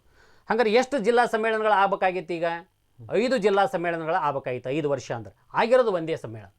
ಆಮೇಲೆ ಪ್ರತಿ ತಾಲೂಕಿನಲ್ಲಿನೂ ಪ್ರತಿ ವರ್ಷ ತಾಲೂಕಾ ಸಮ್ಮೇಳನಗಳು ಆಗಬೇಕಾಗಿತ್ತು. ಅಂದ್ರೆ ನಮ್ಮಲ್ಲಿ 5 ತಾಲೂಕುಗಳಿಗಂತ ಇಟ್ಕೊಂಡ್ರೆ 7 ತಾಲೂಕಲ್ಲ 5 ಅಂತಲೇ ಇಟ್ಕೊಳ್ಳೋಣ. ಈಗ ಸದ್ಯ 5 ಅಂತ ಇಟ್ಕೊಂಡಿದ್ರೆ 25 ತಾಲೂಕಾ ಸಮ್ಮೇಳನಗಳು ಆಗಬೇಕಾಗಿತ್ತು. ಅಂದರೆ ಟೋಟಲಿ 30 ಸಮ್ಮೇಳನಗಳು ಜಿಲ್ಲೆಯಲ್ಲಿ ಆಗಬೇಕಾಗಿತ್ತು. ಆದರೆ ಆಗಿರೋವು ಕೇವಲ ಬೆರಳೆಣಿಕೆಯ ಸಮ್ಮೇಳನಗಳು ಮಾತ್ರ. ಅಂದರೆ ಈ ಸಮ್ಮೇಳನಗಳು ಆಗಿದ್ದರೆ ಸಮ್ಮೇಳನ ಅಧ್ಯಕ್ಷರು ಆಗ್ತಕ್ಕಂಥ ಅವಕಾಶ ಸಾಹಿತಿಗಳಿಗೆ ಸಿಗ್ತಿತ್ತು. ಈ ಅವಧಿಯಲ್ಲಿ 30 ಜನರಿಗೆ ನಾವು ಸಮ್ಮೇಳನಾಧ್ಯಕ್ಷರಾಗ್ತಕ್ಕಂಥ ಅವಕಾಶ ಕೊಡ್ತಿದ್ವಿ. ಆಮೇಲೆ ಅನೇಕ ಜನರು ಗೋಷ್ಠಿಗಳಲ್ಲಿ ಭಾಗವಹಿಸ್ತಕ್ಕಂಥ ಅವಕಾಶ ಸಿಗ್ತಿತ್ತು, ಕವಿಗೋಷ್ಠಿಗಳಲ್ಲಿ ಭಾಗವಹಿಸ್ತಕ್ಕಂಥ ಅವಕಾಶ ಸಿಗ್ತಿತ್ತು, ಸಾಂಸ್ಕೃತಿಕ ಕಾರ್ಯಕ್ರಮಗಳಲ್ಲಿ ತೊಡಗಿಕೊಂಡಿರ್ತಕ್ಕಂಥ ಕಲಾ ತಂಡದವರಿಗೆ ಅವಕಾಶ ಸಿಗ್ತಿತ್ತು, ಆಮೇಲೆ ಚಿತ್ರಕಲಾವಿದರಿಗೆ ಅವಕಾಶ ಸಿಗ್ತಿತ್ತು. ಸೊ ಈ ಅವಕಾಶಗಳು ಈ ಅವಧಿಯಲ್ಲಿ ದೊರೆಯಲಿಲ್ಲ ಅಂತಕ್ಕಂಥದ್ದು ನಮ್ಮ ಅಭಿಪ್ರಾಯ. ಒಂದು ವೇಳೆ ಶರಣು ಗೊಗೇರಿಯವರು ಹೇಳ್ತಾರೆ, ನನ್ನ ಅವಧಿಯೊಳಗೆ ಸಮ್ಮೇಳನಗಳ ಒಂದು ಕಡೆ ಆದರೆ ಮತ್ತೊಂದು ಕಡೆ ನಾನು ಸಾಹಿತ್ಯ ಭವನವನ್ನು ನಿರ್ಮಾಣ ಮಾಡಿದ್ದೀನಿ, ಮಾದರಿಯಾಗಿರುವಂಥ ಸಾಹಿತ್ಯ ಭವನವನ್ನು, ಮತ್ತು ತಾಲೂಕಾ ಕೇಂದ್ರಗಳಲ್ಲೂ ಕೂಡ ಸಾಹಿತ್ಯ ಭವನಗಳನ್ನು ನಿರ್ಮಾಣ ಮಾಡಿದ್ದೀನಿ, ಸಾಕಷ್ಟು ಅದ್ರ ಜೊತೆಗೆ ಸಾಹಿತ್ಯಿಕ ಕಾರ್ಯಕ್ರಮಗಳನ್ನು ಹಮ್ಮಿಕೊಂಡಿದ್ದೀನಿ ಅನ್ನುವಂಥ ಅಭಿಪ್ರಾಯನೂ ಕೂಡ ಅವ್ರು ವ್ಯಕ್ತಪಡಿಸಿದ್ರು. ಸರ್, ಇದು ಕೂಡ ನಾನು ನನ್ನ ಗಮನಕ್ಕೆ ಬಂದೀನಿ. ನಾನು ವೀಕ್ಷಕರಿಗೆ ಈ ವಿಷಯವನ್ನು ಸ್ಪಷ್ಟಪಡಿಸಬೇಕಾಗಿದೆ. ಯಾಕಂದರೆ ನಾನು ಸಾಹಿತ್ಯ ಪರಿಷತ್ತಿನ ಜೊತೆಗೆ ಸುಮಾರು ಒಂದು 20-25 ವರ್ಷಗಳ ನಂಟಿರೋದ್ರಿಂದ, ಇದನ್ನು ಸಮೀಪದಲ್ಲಿ ನೋಡಿರೋದ್ರಿಂದ ಈ ಭವನದ ಬಗ್ಗೆ ನಾನು ಜನರಿಗೆ ಒಂದು ಏನು ಸತ್ಯ ಅನ್ನೋದನ್ನು ಹೇಳಬೇಕಾಗಿದೆ. ವೀಕ್ಷಕರೇ, ನಮ್ಮಲ್ಲಿ 2010ರಲ್ಲಿ ಗದಗಿನೊಳಗೆ 76ನೇ ಅಖಿಲ ಭಾರತ ಕನ್ನಡ ಸಾಹಿತ್ಯ ಸಮ್ಮೇಳನ ಆಯಿತು. ಎಲ್ಲಿ ಕನ್ನಡ ಸಾಹಿತ್ಯ ಸಮ್ಮೇಳನ ಆಗ್ತೈತಿ ಅಲ್ಲಿ ಕನ್ನಡ ಭವನವನ್ನು ಕಟ್ಟಬೇಕು ಅಂತಕ್ಕಂಥದ್ದು ಸಾಹಿತ್ಯ ಪರಿಷತ್ತಿನ ಆಶಯ. ಅದಕ್ಕೆ ಸರ್ಕಾರ ಸ್ಪಂದಿಸ್ತಾ ಬಂದಿದೆ. ಆ ಹಿನ್ನೆಲೆ ಒಳಗೆ ಗದಗಿನಲ್ಲಿ ಏನು 76ನೇ ಅಖಿಲ ಭಾರತ ಕನ್ನಡ ಸಾಹಿತ್ಯ ಸಮ್ಮೇಳನ ಆಯಿತು, ಅಲ್ಲಿ ಈ ಸಾಹಿತ್ಯ ಭವನದ ನಿರ್ಮಾಣಕ್ಕೆ ಅಡಿಗಲ್ಲನ್ನು ಅವತ್ತೇ ಹಾಕಲಾಗಿದೆ. ಆಗಿನ ಮುಖ್ಯಮಂತ್ರಿಗಳಾಗಿರ್ತಕ್ಕಂಥ ಯಡಿಯೂರಪ್ಪನವರು, ಅಂದರೆ ಈಗಿನ ಮುಖ್ಯಮಂತ್ರಿಗಳು ಕೂಡ ಆವಾಗ ಅವರೇ ಇದ್ದರು, ಅವರು ಆ ಅಡಿಗಲ್ಲು ಸಮಾರಂಭವನ್ನು ಆ ಸ್ಟೇಜಿನ ಮೇಲೇನ, ಆ ವೇದಿಕೆ ಮೇಲೇನ ಹಾಕಿದ್ದಾರೆ. ಅದು ಹಾಕಿದ ನಂತರ 2010ರ ನಂತರ ಮಾನ್ಯ ಆಗಿನ ಶಾಸಕರಾಗಿರ್ತಕ್ಕಂಥ ಮಾನ್ಯ ಶ್ರೀಶೈಲಪ್ಪ ಬಿದರೂರು ಸಾಹೇಬರು ಅವರು ಭಾಳ ಮುತುವರ್ಜಿ ವಹಿಸಿ, ಯಾಕಂದರೆ ಅವರ ಸಾಹಿತ್ಯ ಸಂಸ್ಕೃತಿ ಬಗ್ಗೆ ಭಾಳಷ್ಟು ಪ್ರೀತಿ ಇತ್ತು, ಮುತುವರ್ಜಿ ವಹಿಸಿ ಈ ಸಾಹಿತ್ಯ ಭವನಕ್ಕೆ ಜಾಗ ಬೇಕಾಗಿತ್ತು. ಹೀಗಾಗಿ ಇವರು ಗದಗಿನ ಎಲ್ಲ ಭಾಗದೊಳಗೆ ಅದರ ಪ್ರಯತ್ನಗಳನ್ನು ಮಾಡಿದರು. ಅದು ಮುನ್ಸಿಪಲ್ ಏನು ಕಾಲೇಜ್ ಇದೆಯಲ್ಲ, ಆ ಕಾಲೇಜಿನ ಆವರಣದಲ್ಲಿ ಆಗ್ಬೇಕಂತಕ್ಕಂಥದ್ದು ಬಹುತೇಕರ ಕನಸಾಗಿತ್ತು. ಬಟ್ ಅಲ್ಲಿ ಪ್ರಾಚ್ಯವಸ್ತು ಇಲಾಖೆದು ಒಂದು ಭವನ ಬಂದುಬಿಟ್ಟಿತ್ತು. ಸೊ ಹೀಗಾಗಿ ಭಾಳ ಕಡೆ ಎಲ್ಲ ಅದರ ಬಗ್ಗೆ ಸುಮಾರು 2-3 ವರ್ಷಗಳ ಕಾಲ ಜಾಗ ಹುಡುಕಾಡೋಕ್ಕೆ ಒಂದು ಪ್ರಯತ್ನವನ್ನು ಮಾಡಿ ಕೊನೆಗೆ ಈಗೇನು DC ಆಫೀಸ್ ಎದುರಿಗಿದೆಯಲ್ಲ ಅಲ್ಲಿ ಜಾಗೆಯನ್ನು ಹುಡುಕಿದ್ರು. ಆ ನಂತರ ಬಂದಿರತಕ್ಕಂಥ ಮಾನ್ಯ HK ಪಾಟೀಲ್ ಸಾಹೇಬರು ಸಚಿವರಾಗಿದ್ದರು. ಸೊ ಅವರು ಭಾಳಷ್ಟು ಇದ್ರ ಬಗ್ಗೆ ಮುತುವರ್ಜಿಯನ್ನು ವಹಿಸಿ ಸರ್ಕಾರದಿಂದ 5 ಕೋಟಿ ರೂಪಾಯಿಗಳನ್ನು ಮಂಜೂರು ಮಾಡಿಸಿ, ಮತ್ತು ಸಮ್ಮೇಳನ ಆಗಿದ್ದೇನು ದುಡ್ಡು ಸುಮಾರು 2 ಕೋಟಿ ಇತ್ತಲ್ಲ, ಅದನ್ನು ಇಟ್ಕೊಂಡು 7 ಕೋಟಿ ರೂಪಾಯಿ ವೆಚ್ಚದೊಳಗೆ ಈ ಪ್ರಕ್ರಿಯೆ ಪ್ರಾರಂಭ ಆಯಿತು. ಇದು ಡಾಕ್ಟರ್ ಶಿವಪ್ಪ ಕುರಿಯವರ ಅವಧಿಯಲ್ಲಿ ಭವನ ನಿರ್ಮಾಣದ ಕಾರ್ಯ ನಡೆದಿದ್ದು, ಮತ್ತು ಪೂರ್ತಿಯಾಗಿದ್ದು ಕೂಡ ಅವರ ಅವಧಿಯಲ್ಲಿನ. ಆದರೆ ಅವರ ಅವಧಿಯಲ್ಲಿ ಇದು ಉದ್ಘಾಟನೆ ಆಗಬೇಕು ಅಂಥೇಳಿ ನನಗೆ ಗೊತ್ತಿರುವ ಹಾಗೆ ದಿನಾಂಕನೂ ಕೂಡ ನಿಗದಿಯಾಗಿತ್ತು. ಆದರೆ ಅದು ಚುನಾವಣೆನೋ ಮತ್ತೇನೋ ಕಾರಣಕ್ಕಾಗಿ ಆ ದಿನಾಂಕ ಏನಾಗಿಬಿಡ್ತು ಅಂದ್ರೆ ಮುಂದೆ ಹೋಯಿತು. ಮುಂದೆ ಹೋದಾಗ ಡಾಕ್ಟರ್ ಶಿವಪ್ಪ ಕುರಿಯವರ ಅವಧಿ ಮುಕ್ತಾಯಕ್ಕೆ ಬಂತು, ಚುನಾವಣೆ ಆಯಿತು. ಆವಾಗ ಶ್ರೀ ಶರಣು ಗೊಗೇರಿಯವರು ಆಯ್ಕೆಯಾದರು. ಸೊ ಶರಣು ಗೊಗೇರಿಯವರ ಆಯ್ಕೆಯಾದ ನಂತರ ಅವರ ಅವಧಿಯಲ್ಲಿ ಇದು ಉದ್ಘಾಟನೆ ಆಗಿದೆ. ಭವನ ನಿರ್ಮಾಣ ಆಗಿರ್ತಕ್ಕಂಥದ್ದು, ಇದು ಸರ್ಕಾರ 7 ಕೋಟಿ ರೂಪಾಯಿ ಬಿಡುಗಡೆ ಮಾಡಿರ್ತಕ್ಕಂಥದ್ದು, ಡಾಕ್ಟರ್ ಶಿವಪ್ಪ ಕುರಿಯವರ ಅವಧಿಯಲ್ಲಿ ಇದು ಪೂರ್ಣಗೊಂಡಿರ್ತಕ್ಕಂಥದ್ದು, ಉದ್ಘಾಟನೆಗೊಂಡಿರೋದು ಮಾತ್ರ ಡಾಕ್ಟರ್ ಶರಣು ಗೊಗೇರಿಯವರ ಅವಧಿಯಲ್ಲಿ. ಮತ್ತು ಇನ್ನು ಬೇರೆ ಬೇರೆ ಕಡೆ ಅವರು ತಾಲೂಕಾ ಭವನಗಳನ್ನು, ಸಾಹಿತ್ಯ ಭವನಗಳನ್ನು ನಿರ್ಮಾಣ ಮಾಡಿದ್ದಾರೆ ಅಂತ ಹೇಳಿದರು. ಆ ರೀತಿ ಒಂದು ಪ್ರಯತ್ನವನ್ನು ಅವ್ರು ಮಾಡ್ಯಾರ, ನಾ ಇಲ್ಲ ಅಂತ ಹೇಳಲಿಕ್ಕಿಲ್ಲ. ಅದೇನು ಸ್ವಲ್ಪ ಸಮಸ್ಯೆಗಳಿದ್ವಲ್ಲ, ಆ ಸಮಸ್ಯೆಗಳನ್ನ ಬಗೆಹರಿಸ್ತಕ್ಕಂಥ ಪ್ರಯತ್ನ ಮಾಡ್ಯಾರ. ಮತ್ತು ಅದು ಯಾರೇ ಇದ್ದರೂ ಅದು ಮಾಡಬೇಕಾಗಿರ್ತಕ್ಕಂಥ ಕೆಲಸ. ಅವ್ರ ಸ್ಥಾನದಲ್ಲಿ ಇನ್ನೊಬ್ರು ಇದ್ದರೂ ಕೂಡ ಆ ಪ್ರಯತ್ನವನ್ನು ಅವ್ರು ಮಾಡ್ತಿದ್ರು. ಮತ್ತು ರೋಣದಲ್ಲಿ ಏನು ಒಂದು ಸಾಹಿತ್ಯ ಭವನ ಆಯ್ತಲ್ಲ, ಈ ಸಾಹಿತ್ಯ ಭವನ ಆಗಲಿಕ್ಕೆ ಮೂಲ ಕಾರಣೀಕರ್ತರಂದ್ರೆ ಆ ತಾಲೂಕಾ ಅಧ್ಯಕ್ಷರಾಗಿರ್ತಕ್ಕಂಥ ಡಾಕ್ಟರ್ ಶ್ರೀ ರೇವಡಿಯವರು ಸ್ವತಃ ಸುಮಾರು ಲಕ್ಷಾಂತರ ರೂಪಾಯಿಗಳನ್ನು ಖರ್ಚು ಮಾಡಿ ಆ ಭವನವನ್ನು ಅವರು ನಿರ್ಮಾಣ ಮಾಡಿದರು. ಸರ್ಕಾರದಿಂದ ಬೇರೆ ಬೇರೆ MLA MP ಫಂಡ್ನಿಂದ ಬಂದುದರ ಜೊತೆಗೆ ತಾವು ಕೂಡ ಲಕ್ಷಾಂತರ ರೂಪಾಯಿಗಳನ್ನು ಹಾಕಿ ಅದ್ಭುತವಾಗಿರ್ತಕ್ಕಂಥ ಭವನವನ್ನು ಮಾಡಿದ್ದಾರೆ. ಆ ಭವನ ಆಗೈತಿ ಅಂದ್ರೆ ಅದರ ಒಂದು ಕೀರ್ತಿ ಯಾರ್ದಂದ್ರೆ ಶ್ರೀ ರೇವಡಿಯವ್ರದ್ದು. ಸೊ ಇನ್ನು ಬೇರೆ ಬೇರೆ ಕಡೆ ಈಗ ಅವರು ಪ್ರಾರಂಭದ ಹಂತದೊಳಗದ. ಸೊ ಅದರಿಂದ ಭವನ ನಿರ್ಮಾಣ ಮಾಡೀವಿ ಅಂತಕ್ಕಂಥದ್ದು ಏನೈತಲ್ಲ, ಅದಕ್ಕೆ ಎಲ್ಲರ ಪ್ರಯತ್ನ ಐತಿ. ಇದು ಸರ್ಕಾರದ ಪ್ರಯತ್ನ, ಶಾಸಕರ ಪ್ರಯತ್ನ, ಮತ್ತು ನಮ್ಮ ಜಿಲ್ಲಾ ಸಾಹಿತ್ಯ ಭವನ ಆಗಿದ್ದು ಮಾತ್ರ ಡಾಕ್ಟರ್ ಶಿವಪ್ಪ ಕುರಿಯವರ ಅವಧಿಯಲ್ಲಿ, ಉದ್ಘಾಟನೆ ಆಗಿದ್ದು ಮಾತ್ರ ಇವರ ಅವಧಿಯಲ್ಲಿ. ಓಕೆ ವೀಕ್ಷಕರೇ, ಸಾಕಷ್ಟು ವಿಷಯಗಳನ್ನು ಚರ್ಚೆಯನ್ನು ಮಾಡ್ತಾ ಇದ್ದೀವಿ. ಈಗ ಪ್ರತ್ಯುತ್ತರ ವಿಶೇಷ ಕಾರ್ಯಕ್ರಮದಲ್ಲಿ ಚಿಕ್ಕದೊಂದು ಬ್ರೇಕ್ ತಗೊಳ್ಳೋಣ. ಬ್ರೇಕ್ ನಂತರ ಮತ್ತೆ ವಿಶೇಷ ಕಾರ್ಯಕ್ರಮ ಮುಂದುವರಿಯಲಿದೆ.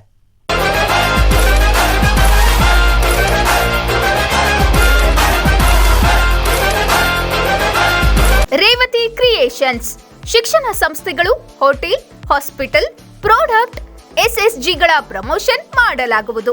ಜೊತೆಗೆ ಡಾಕ್ಯುಮೆಂಟರಿ, ಸ್ಪೆಷಲ್ ಸ್ಟೋರಿ ಜಾಹೀರಾತಿಗಾಗಿ ಸಂಪರ್ಕಿಸಿ Revathi creations, DGM Ayurveda college ಹತ್ತಿರ, ನಂದೀಶ್ವರ ನಗರ, ಕಳಸಾಪುರ ರಸ್ತೆ, ಗದಗ್ 582101.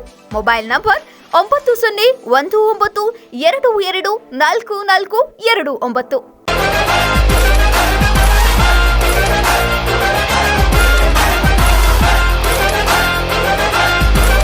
ನಂತರ ಮತ್ತೆ ಪ್ರತ್ಯುತ್ತರ ವಿಶೇಷ ಕಾರ್ಯಕ್ರಮಕ್ಕೆ ಸ್ವಾಗತ. ಈಗಾಗಲೇ ವೀಕ್ಷಕರೇ ಸಾಕಷ್ಟು ವಿಚಾರಗಳ ಕುರಿತು ಶ್ರೀ ವಿವೇಕಾನಂದ ಗೌಡ ಪಾಟೀಲ್ ಅವರೊಂದಿಗೆ ಮಾತನಾಡ್ತಾ ಇದ್ವಿ. ಅಂದ್ರೆ ಸಾಹಿತ್ಯ ಪರಿಷತ್ತಿನ ಚುನಾವಣೆ ಮತ್ತು ಅದರ ಎಲ್ಲ ಒಳ ಮತ್ತು ಹೊರ ರಾಜಕಾರಣದ ಕುರಿತು ಸಾಕಷ್ಟು ಮುಕ್ತವಾಗಿರುವಂತಹ ಮಾತುಕತೆ ಕೂಡ ನಡೆದಿದೆ. ಸರಿ, ಏನಿಲ್ಲ, ಒಂದು ಏನಂತಂದ್ರೆ ಶರಣು ಗೋಗೇರಿ ಅವರೇ ಹೇಳೋ ಪ್ರಕಾರ ವಿವೇಕಾನಂದ ಗೌಡ ಪಾಟೀಲ್ರ ಆಯ್ಕೆ ಅದು ಅವರ ಸಮಾನ ಆಸಕ್ತ ವಲಯದಿಂದ ಆಯ್ಕೆಯಾಗಿರುವಂಥದ್ದು. ಅದು ಅವರ ಸಮಾನ ಆಸಕ್ತ ವಲಯ, ನಮ್ಮ ಸಮಾನ ಆಸಕ್ತ ವಲಯನೇ ಬೇರೆ. ಹಾಗಾಗಿ ಇಲ್ಲಿ ಅವ್ರದ್ದೇ ಆದಂಥದ್ದು ಒಂದು ವಲಯ, ನಮ್ದು ವಲಯ ಅಂತ ಬೇರೆ ವಲಯ ಅಂತ ಹೇಳ್ತಾರೆ. ಸರ್, ಸಮಾನ ಆಸಕ್ತ ಗೆಳೆಯರು ಏನು ಸಾಹಿತಿಗಳು ಇದ್ರಲ್ಲ, ಸೊ ಅವರು ಒಂದು ಸಭೆಯನ್ನು ಮಾಡಿ ನಿರ್ಧಾರವನ್ನು ತೆಗೆದುಕೊಂಡು ಕೊನೆಗೆ ಅಂತಿಮವಾಗಿ ಒಂದು ಚರ್ಚೆ ಆಗಲಿಕ್ಕೆ ನಮ್ಮ ಸಮಾನ ಆಸಕ್ತ ಸಾಹಿತ್ಯ ಹಾಗೂ ಸಾಂಸ್ಕೃತಿಕ ಬಳಗದ ಎಲ್ಲ ಸದಸ್ಯರು ಕೂಡ ಬೇರೆ ಬೇರೆ ಮಾಧ್ಯಮಗಳ ಮೂಲಕ ಈ ವಿಚಾರವನ್ನು ಎಲ್ರಿಗೂ ಕೂಡ ತಲುಪಿಸಿದ್ದಾರೆ. ಅದನ್ನು ಎಲ್ಲರೂ ಕೂಡ ನೋಡಿರ್ತಕ್ಕಂಥ ಒಂದು ದಾಖಲೆಯೂ ಕೂಡ ನಮ್ಮ ಬಳಿ ಇದೆ. ನಮಗೆ ಗೊತ್ತಿಲ್ಲ ಅಂತಕ್ಕಂಥದ್ದಿಲ್ಲ.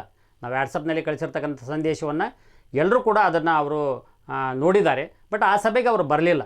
ಸೊ ಆ ಸಭೆಗೆ ಬರಲಿಲ್ಲ ಅಂತಂದರೆ ತಾವು ಪ್ರತ್ಯೇಕವಾಗಿ ಇನ್ನೊಂದು ಸಭೆಯನ್ನು ಮಾಡಬೇಕು ಅಂತಕ್ಕಂಥ ಉದ್ದೇಶ ಅವರಲ್ಲಿ ಇರ್ಬೋದಿತ್ತು. ಒಂದು ವೇಳೆ ಅವರು ಕರೆದಿದ್ರೆ, ಯಾಕಂದ್ರೆ ಮೊದಲಿಗೆ ನಾವೇ ಕರೆದಿವಿ ಅದನ್ನು. ಸೊ ಅವ್ರು ಬಂದು ತಮ್ಮ ಒಂದು ಸ್ಪರ್ಧೆಯ ವಿಷಯವನ್ನು ಕೂಡ ಅಲ್ಲಿ ಚರ್ಚೆ ಮಾಡ್ಬೋದಾಗಿತ್ತು. ನಾನು ಇಂತಿಂಥ ಕೆಲಸಗಳನ್ನು ಮಾಡೀನಿ, ನನಗೆ ಇನ್ನೊಂದು ಅವಕಾಶವನ್ನು ಕೊಡ್ರಿ ಅಂತೇಳಿ ಕೇಳ್ಬೋದಾಗಿತ್ತು. ಸೊ ಅವರು ಯಾರೂ ಅಲ್ಲ, ಅವರು ನಮ್ಮ ಸಾಹಿತಿಗಳೇ ಅವರು. ಸೊ ಅವಾಗ ಅದು ಭಾಗವಹಿಸಿದಾಗ ಒಂದು ಪ್ರಜಾಸತ್ತಾತ್ಮಕವಾಗಿರತಕ್ಕಂಥ ರೀತಿ ಒಳಗೆ ಚರ್ಚೆ ಆಗ್ತಿತ್ತು. ಮತ್ತು ನಮ್ಮ ಸಭೆನ ಯಾಕೆ ಭಾಳ ಅಧಿಕೃತ ಸಭೆ ಅಂತ ಹೇಳಿದರೆ, ನಮ್ಮಲ್ಲಿ 3 ಅಭ್ಯರ್ಥಿಗಳ ಬಗ್ಗೆ ಚರ್ಚೆ ಆಗಿದೆ. ನಮ್ಮಲ್ಲಿ ಡಾಕ್ಟರ್ ಶಿವಪ್ಪ ಕುರಿಯವ್ರ ಬಗ್ಗೆ ಚರ್ಚೆ ಆಗಿದೆ, ಡಾಕ್ಟರ್ ಜಿ ಬಿ ಪಾಟೀಲ್ರವ್ರ ಬಗ್ಗೆ ಚರ್ಚೆ ಆಗಿದೆ, ನನ್ನ ಬಗ್ಗೆ ಚರ್ಚೆ ಆಗಿದೆ. ನನಗೆ ತಿಳಿದ ಮಟ್ಟಿಗೆ ಅವ್ರ ಸಭೆಯಲ್ಲಿ ಯಾವ ಅಭ್ಯರ್ಥಿಗಳ ಬಗ್ಗೆನೂ ಚರ್ಚೆ ಆಗಿಲ್ಲ. ಇನ್ನುಳಿದ 3 ಅಭ್ಯರ್ಥಿಗಳಿದ್ದರು. ಪತ್ರಿಕೆಗಳಲ್ಲಿ ಬಂದಿರತಕ್ಕಂಥ ಪ್ರಕಾರ ಡಾಕ್ಟರ್ ತಮ್ಮನಗೌಡರು ಇದ್ದರು, ಆಮೇಲೆ ರೇವಡಿಯವರಿದ್ದರು, ಆಮೇಲೆ ಶರಣು ಗೋಗೇರಿ ಅವರಿದ್ದರು. ಈ 3 ಅಭ್ಯರ್ಥಿಗಳ ಬಗ್ಗೆ ಅವ್ರ ಸಭೆಯೊಳಗೆ ಚರ್ಚೆ ಆಗಬೇಕಾಗಿತ್ತು. ನಮ್ಮ ಸಭೆಯೊಳಗೆ 3 ಜನ ಅಂದರೆ ಪ್ರಜಾಸತ್ತಾತ್ಮಕವಾಗಿ ನಡೆದಿರ್ತಕ್ಕಂಥ ಸಭೆ ಅಂದ್ರೆ ನಮ್ಮದು ಅಂತೇಳಿ ನನಗೆ ಅನಿಸ್ತೈತಿ. ಯಾಕಂದ್ರೆ ನಾವು 3 ಜನರ ಬಗ್ಗೆ ಚರ್ಚೆ ಮಾಡಿದ್ವಿ. ಅವ್ರ ಸಭೆ ಮಾಡಿದ್ರ ಬಗ್ಗೆ ಏನಾದರೂ ನಿಮಗೆ ಅಧಿಕೃತವಾಗಿ ಆಹ್ವಾನ ಕೊಟ್ರ? ಇಲ್ಲ, ನನಗೆ ವೈಯಕ್ತಿಕವಾಗಿ ಯಾರೂ ಕೂಡ ನನಗೆ ಆಹ್ವಾನವನ್ನು ಕೊಟ್ಟಿಲ್ಲ.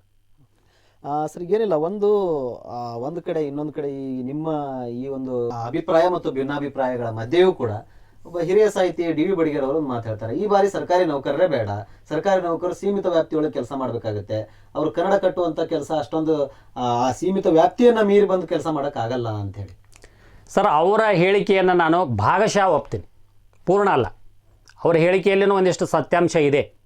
ಆದರೆ ಒಬ್ಬ ಸಾಹಿತಿ ಆದಂಥವ ಹೋರಾಟ ಅಂತಂದ್ರೆ ಬೀದಿಗೆ ಇಳಿಬೇಕೇ ಹೋರಾಟ ಅಂತಿಲ್ಲ. ನನ್ನ ಪ್ರಕಾರ ಹೋರಾಟದ ಬೇರೆ ಬೇರೆ ಆಯಾಮಗಳದಾವೆ.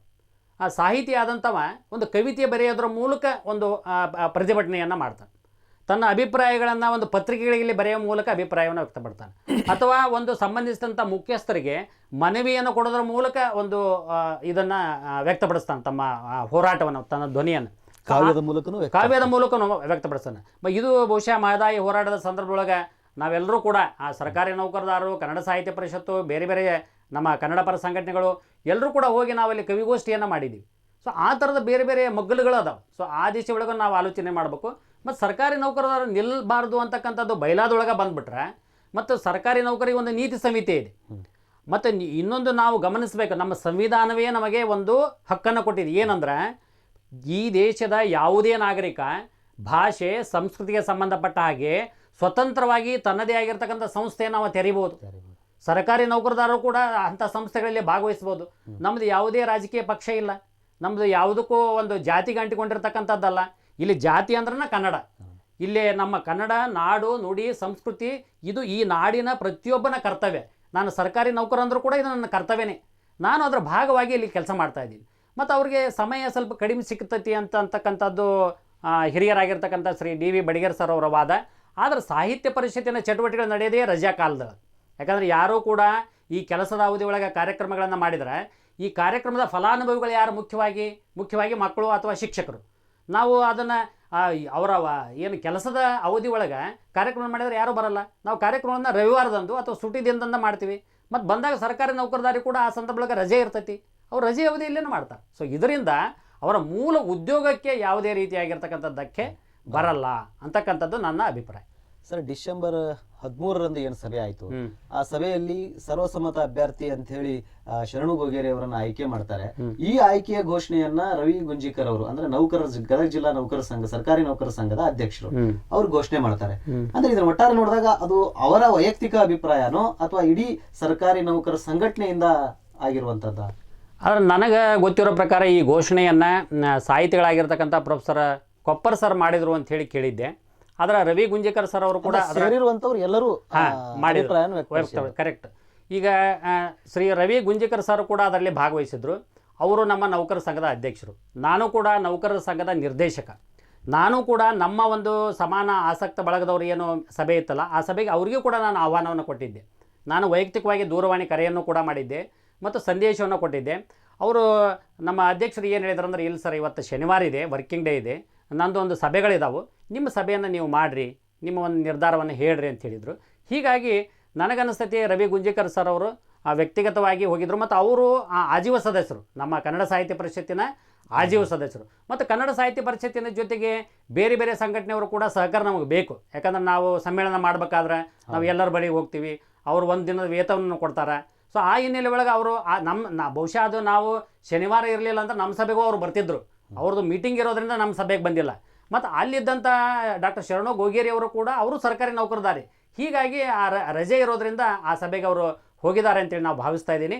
ಬಟ್ ಮುಂದಿನ ಸಭೆಗೆ ಖಂಡಿತವಾಗಿ ಕೂಡ ಅವರು ನಮ್ಮ ಸಭೆಗೂ ಬರ್ತಾರೆ. ಯಾಕಂದ್ರೆ ನಾನು ಸರ್ಕಾರಿ ನೌಕರದಾರ ಮತ್ತು ನಾನು ರಾಜ್ಯ ಸರ್ಕಾರಿ ನೌಕರ ಸಂಘದ ನಿರ್ದೇಶಕ.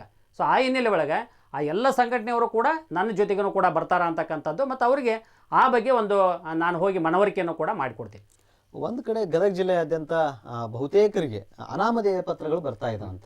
ಅಂದರೆ ಇಲ್ಲಿರುವಂಥ ವಾತಾವರಣದ ಬಗ್ಗೆ ಅಸಮಾಧಾನ ವ್ಯಕ್ತಪಡಿಸಿ, ಯಾಕೆ ಈ ಅಸಮಾಧಾನಗಳು ಉದ್ಭವ ಆಗಿರ್ಬೋದು? ಸರ್, ನನಗಂತೂ ಪತ್ರ ಬಂದಿಲ್ಲ. ಬಟ್ ನನಗೆ ಸ್ನೇಹಿತರು ಹೇಳಿದ್ದಾರೆ ಹಿಂಗೊಂದು ಪತ್ರ ಬಂದಿದೆ ಅಂತ ಹೇಳಿ. ಬಹುಶಃ ಆ ಪತ್ರದಲ್ಲಿ ಪ್ರಸ್ತಾಪಿಸಿರ್ತಕ್ಕಂಥ ಅಂಶಗಳಿಗೂ ನನಗೂ ಯಾವುದೇ ಸಂಬಂಧ ಇಲ್ಲ. ನೀವು ಅದನ್ನು ಎಲ್ಲೇ ನಿಂತು ಹೇಳ್ರಿ ಅಂದರೂ ಕೂಡ ನಾನು ಹೇಳಲಿಕ್ಕೆ ತಯಾರಿದ್ದೀನಿ. ಸೊ ಈ ಥರದ ಚುನಾವಣೆಯ ಸಂದರ್ಭದೊಳಗೆ ಈ ಥರ ಏನು ಮೇಲೆ ಹೋಗ್ತಕ್ಕಂಥವ್ರಿಗೆ ಅಥವಾ ಮುಂದೆ ಹೋಗ್ತಕ್ಕಂಥವ್ರಿಗೆ ಒಂದಿಷ್ಟು ಹಿನ್ನಡೆ ಆಗಲಿ ಅಂತಕ್ಕಂಥ ಉದ್ದೇಶ ಇಟ್ಕೊಂಡು ವಿಕೃತ ಮನಸ್ಸುಗಳು ಕೆಲಸ ಮಾಡಿರ್ಬೋದು. ಮತ್ತು ಅದು ಆ ಥರದ ಸಂದರ್ಭಗಳನ್ನು ನಾವು ಎಲ್ಲ ಕಾಲದಲ್ಲಿ ಕಾಣ್ತೀವಿ.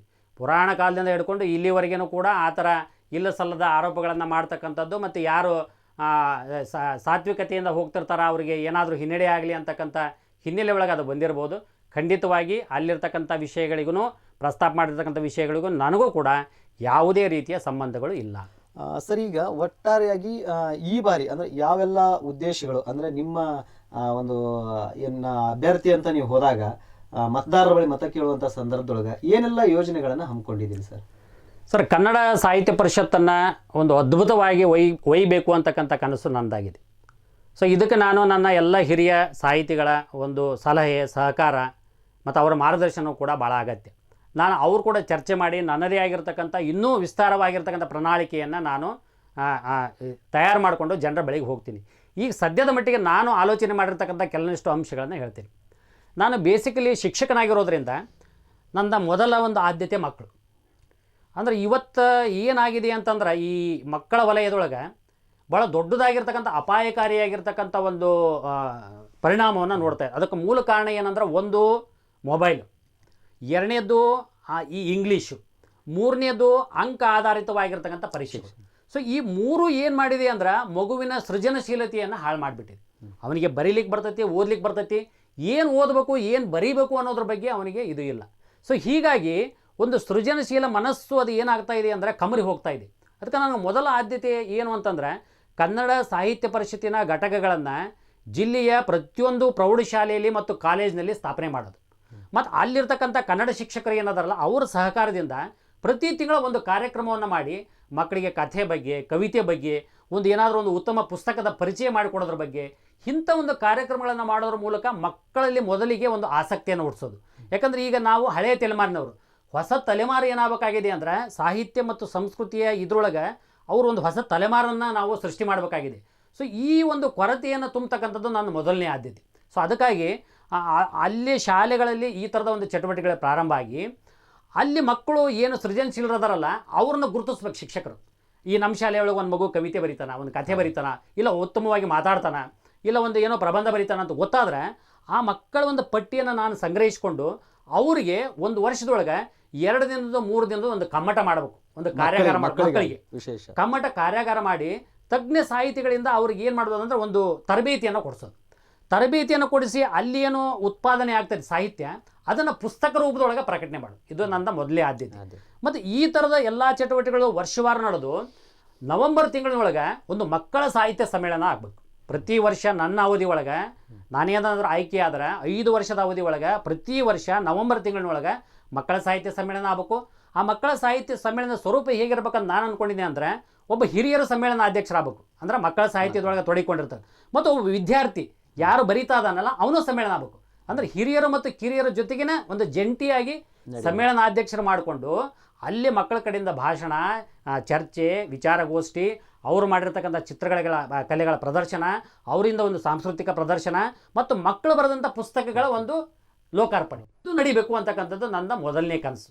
ಅಂದರೆ ಹೊಸ ತಲೆಮಾರನ್ನು ನಾನು ಸಾಹಿತ್ಯ ಪರಿಷತ್ತಿನ ಮೂಲಕ ಪರಿಚಯಿಸ್ತಕ್ಕಂಥದ್ದು. ಇನ್ನು ಎರಡನೇದು, ಪ್ರತಿ ವರ್ಷ ಜಿಲ್ಲಾ ಮತ್ತು ತಾಲೂಕು ಸಮ್ಮೇಳನಗಳು ನಡಿಬೇಕು. ನಿಮಗೆ ಗೊತ್ತಿರಲಿ ಎಷ್ಟು ಈಗ ಸುಲಭ ಇದೆ ಅಂದ್ರೆ, ನಾನು ಭಾಳ ಕಷ್ಟದ ಪರಿಸ್ಥಿತಿಯಲ್ಲಿ ಈ ತಾಲೂಕಾ ಕನ್ನಡ ಸಾಹಿತ್ಯ ಸಮ್ಮೇಳನ ಅಧ್ಯಕ್ಷನಾಗಿ ಪ್ರಥಮ ಕನ್ನಡ ಸಾಹಿತ್ಯ ಸಮ್ಮೇಳನ ಮಾಡಿದ್ವಿ. ಅವಾಗ ಒಂದು ನಯಾ ಪೈಸಾನು ಕನ್ನಡ ಸಾಹಿತ್ಯ ಪರಿಷತ್ನಿಂದ ರೊಕ್ಕ ಬರ್ತಿದ್ದಿಲ್ಲ. ನಾನು ಮನೆ ಅಡ್ಡಾಡಿ ರೊಕ್ಕ ಸಂಗ್ರಹ ಮಾಡಿಕೊಂಡು ಗದಗಿನ ಪ್ರಥಮ ಕನ್ನಡ ಸಾಹಿತ್ಯ ಸಮ್ಮೇಳನ ಮಾಡಿದ್ವಿ. ಬಟ್ ಇವತ್ತು ಏನಾಗಿದೆ ಅಂದರೆ, ಜಿಲ್ಲಾ ಸಮ್ಮೇಳನ ಮಾಡಿದ್ರೆ 5 ಲಕ್ಷ ರೂಪಾಯಿಗಳನ್ನು ಕೊಡ್ತಾರೆ, ತಾಲೂಕು ಸಮ್ಮೇಳನ ಮಾಡಿದ್ರೆ 1 ಲಕ್ಷ ರೂಪಾಯಿಗಳನ್ನು ಕೊಡ್ತಾರೆ.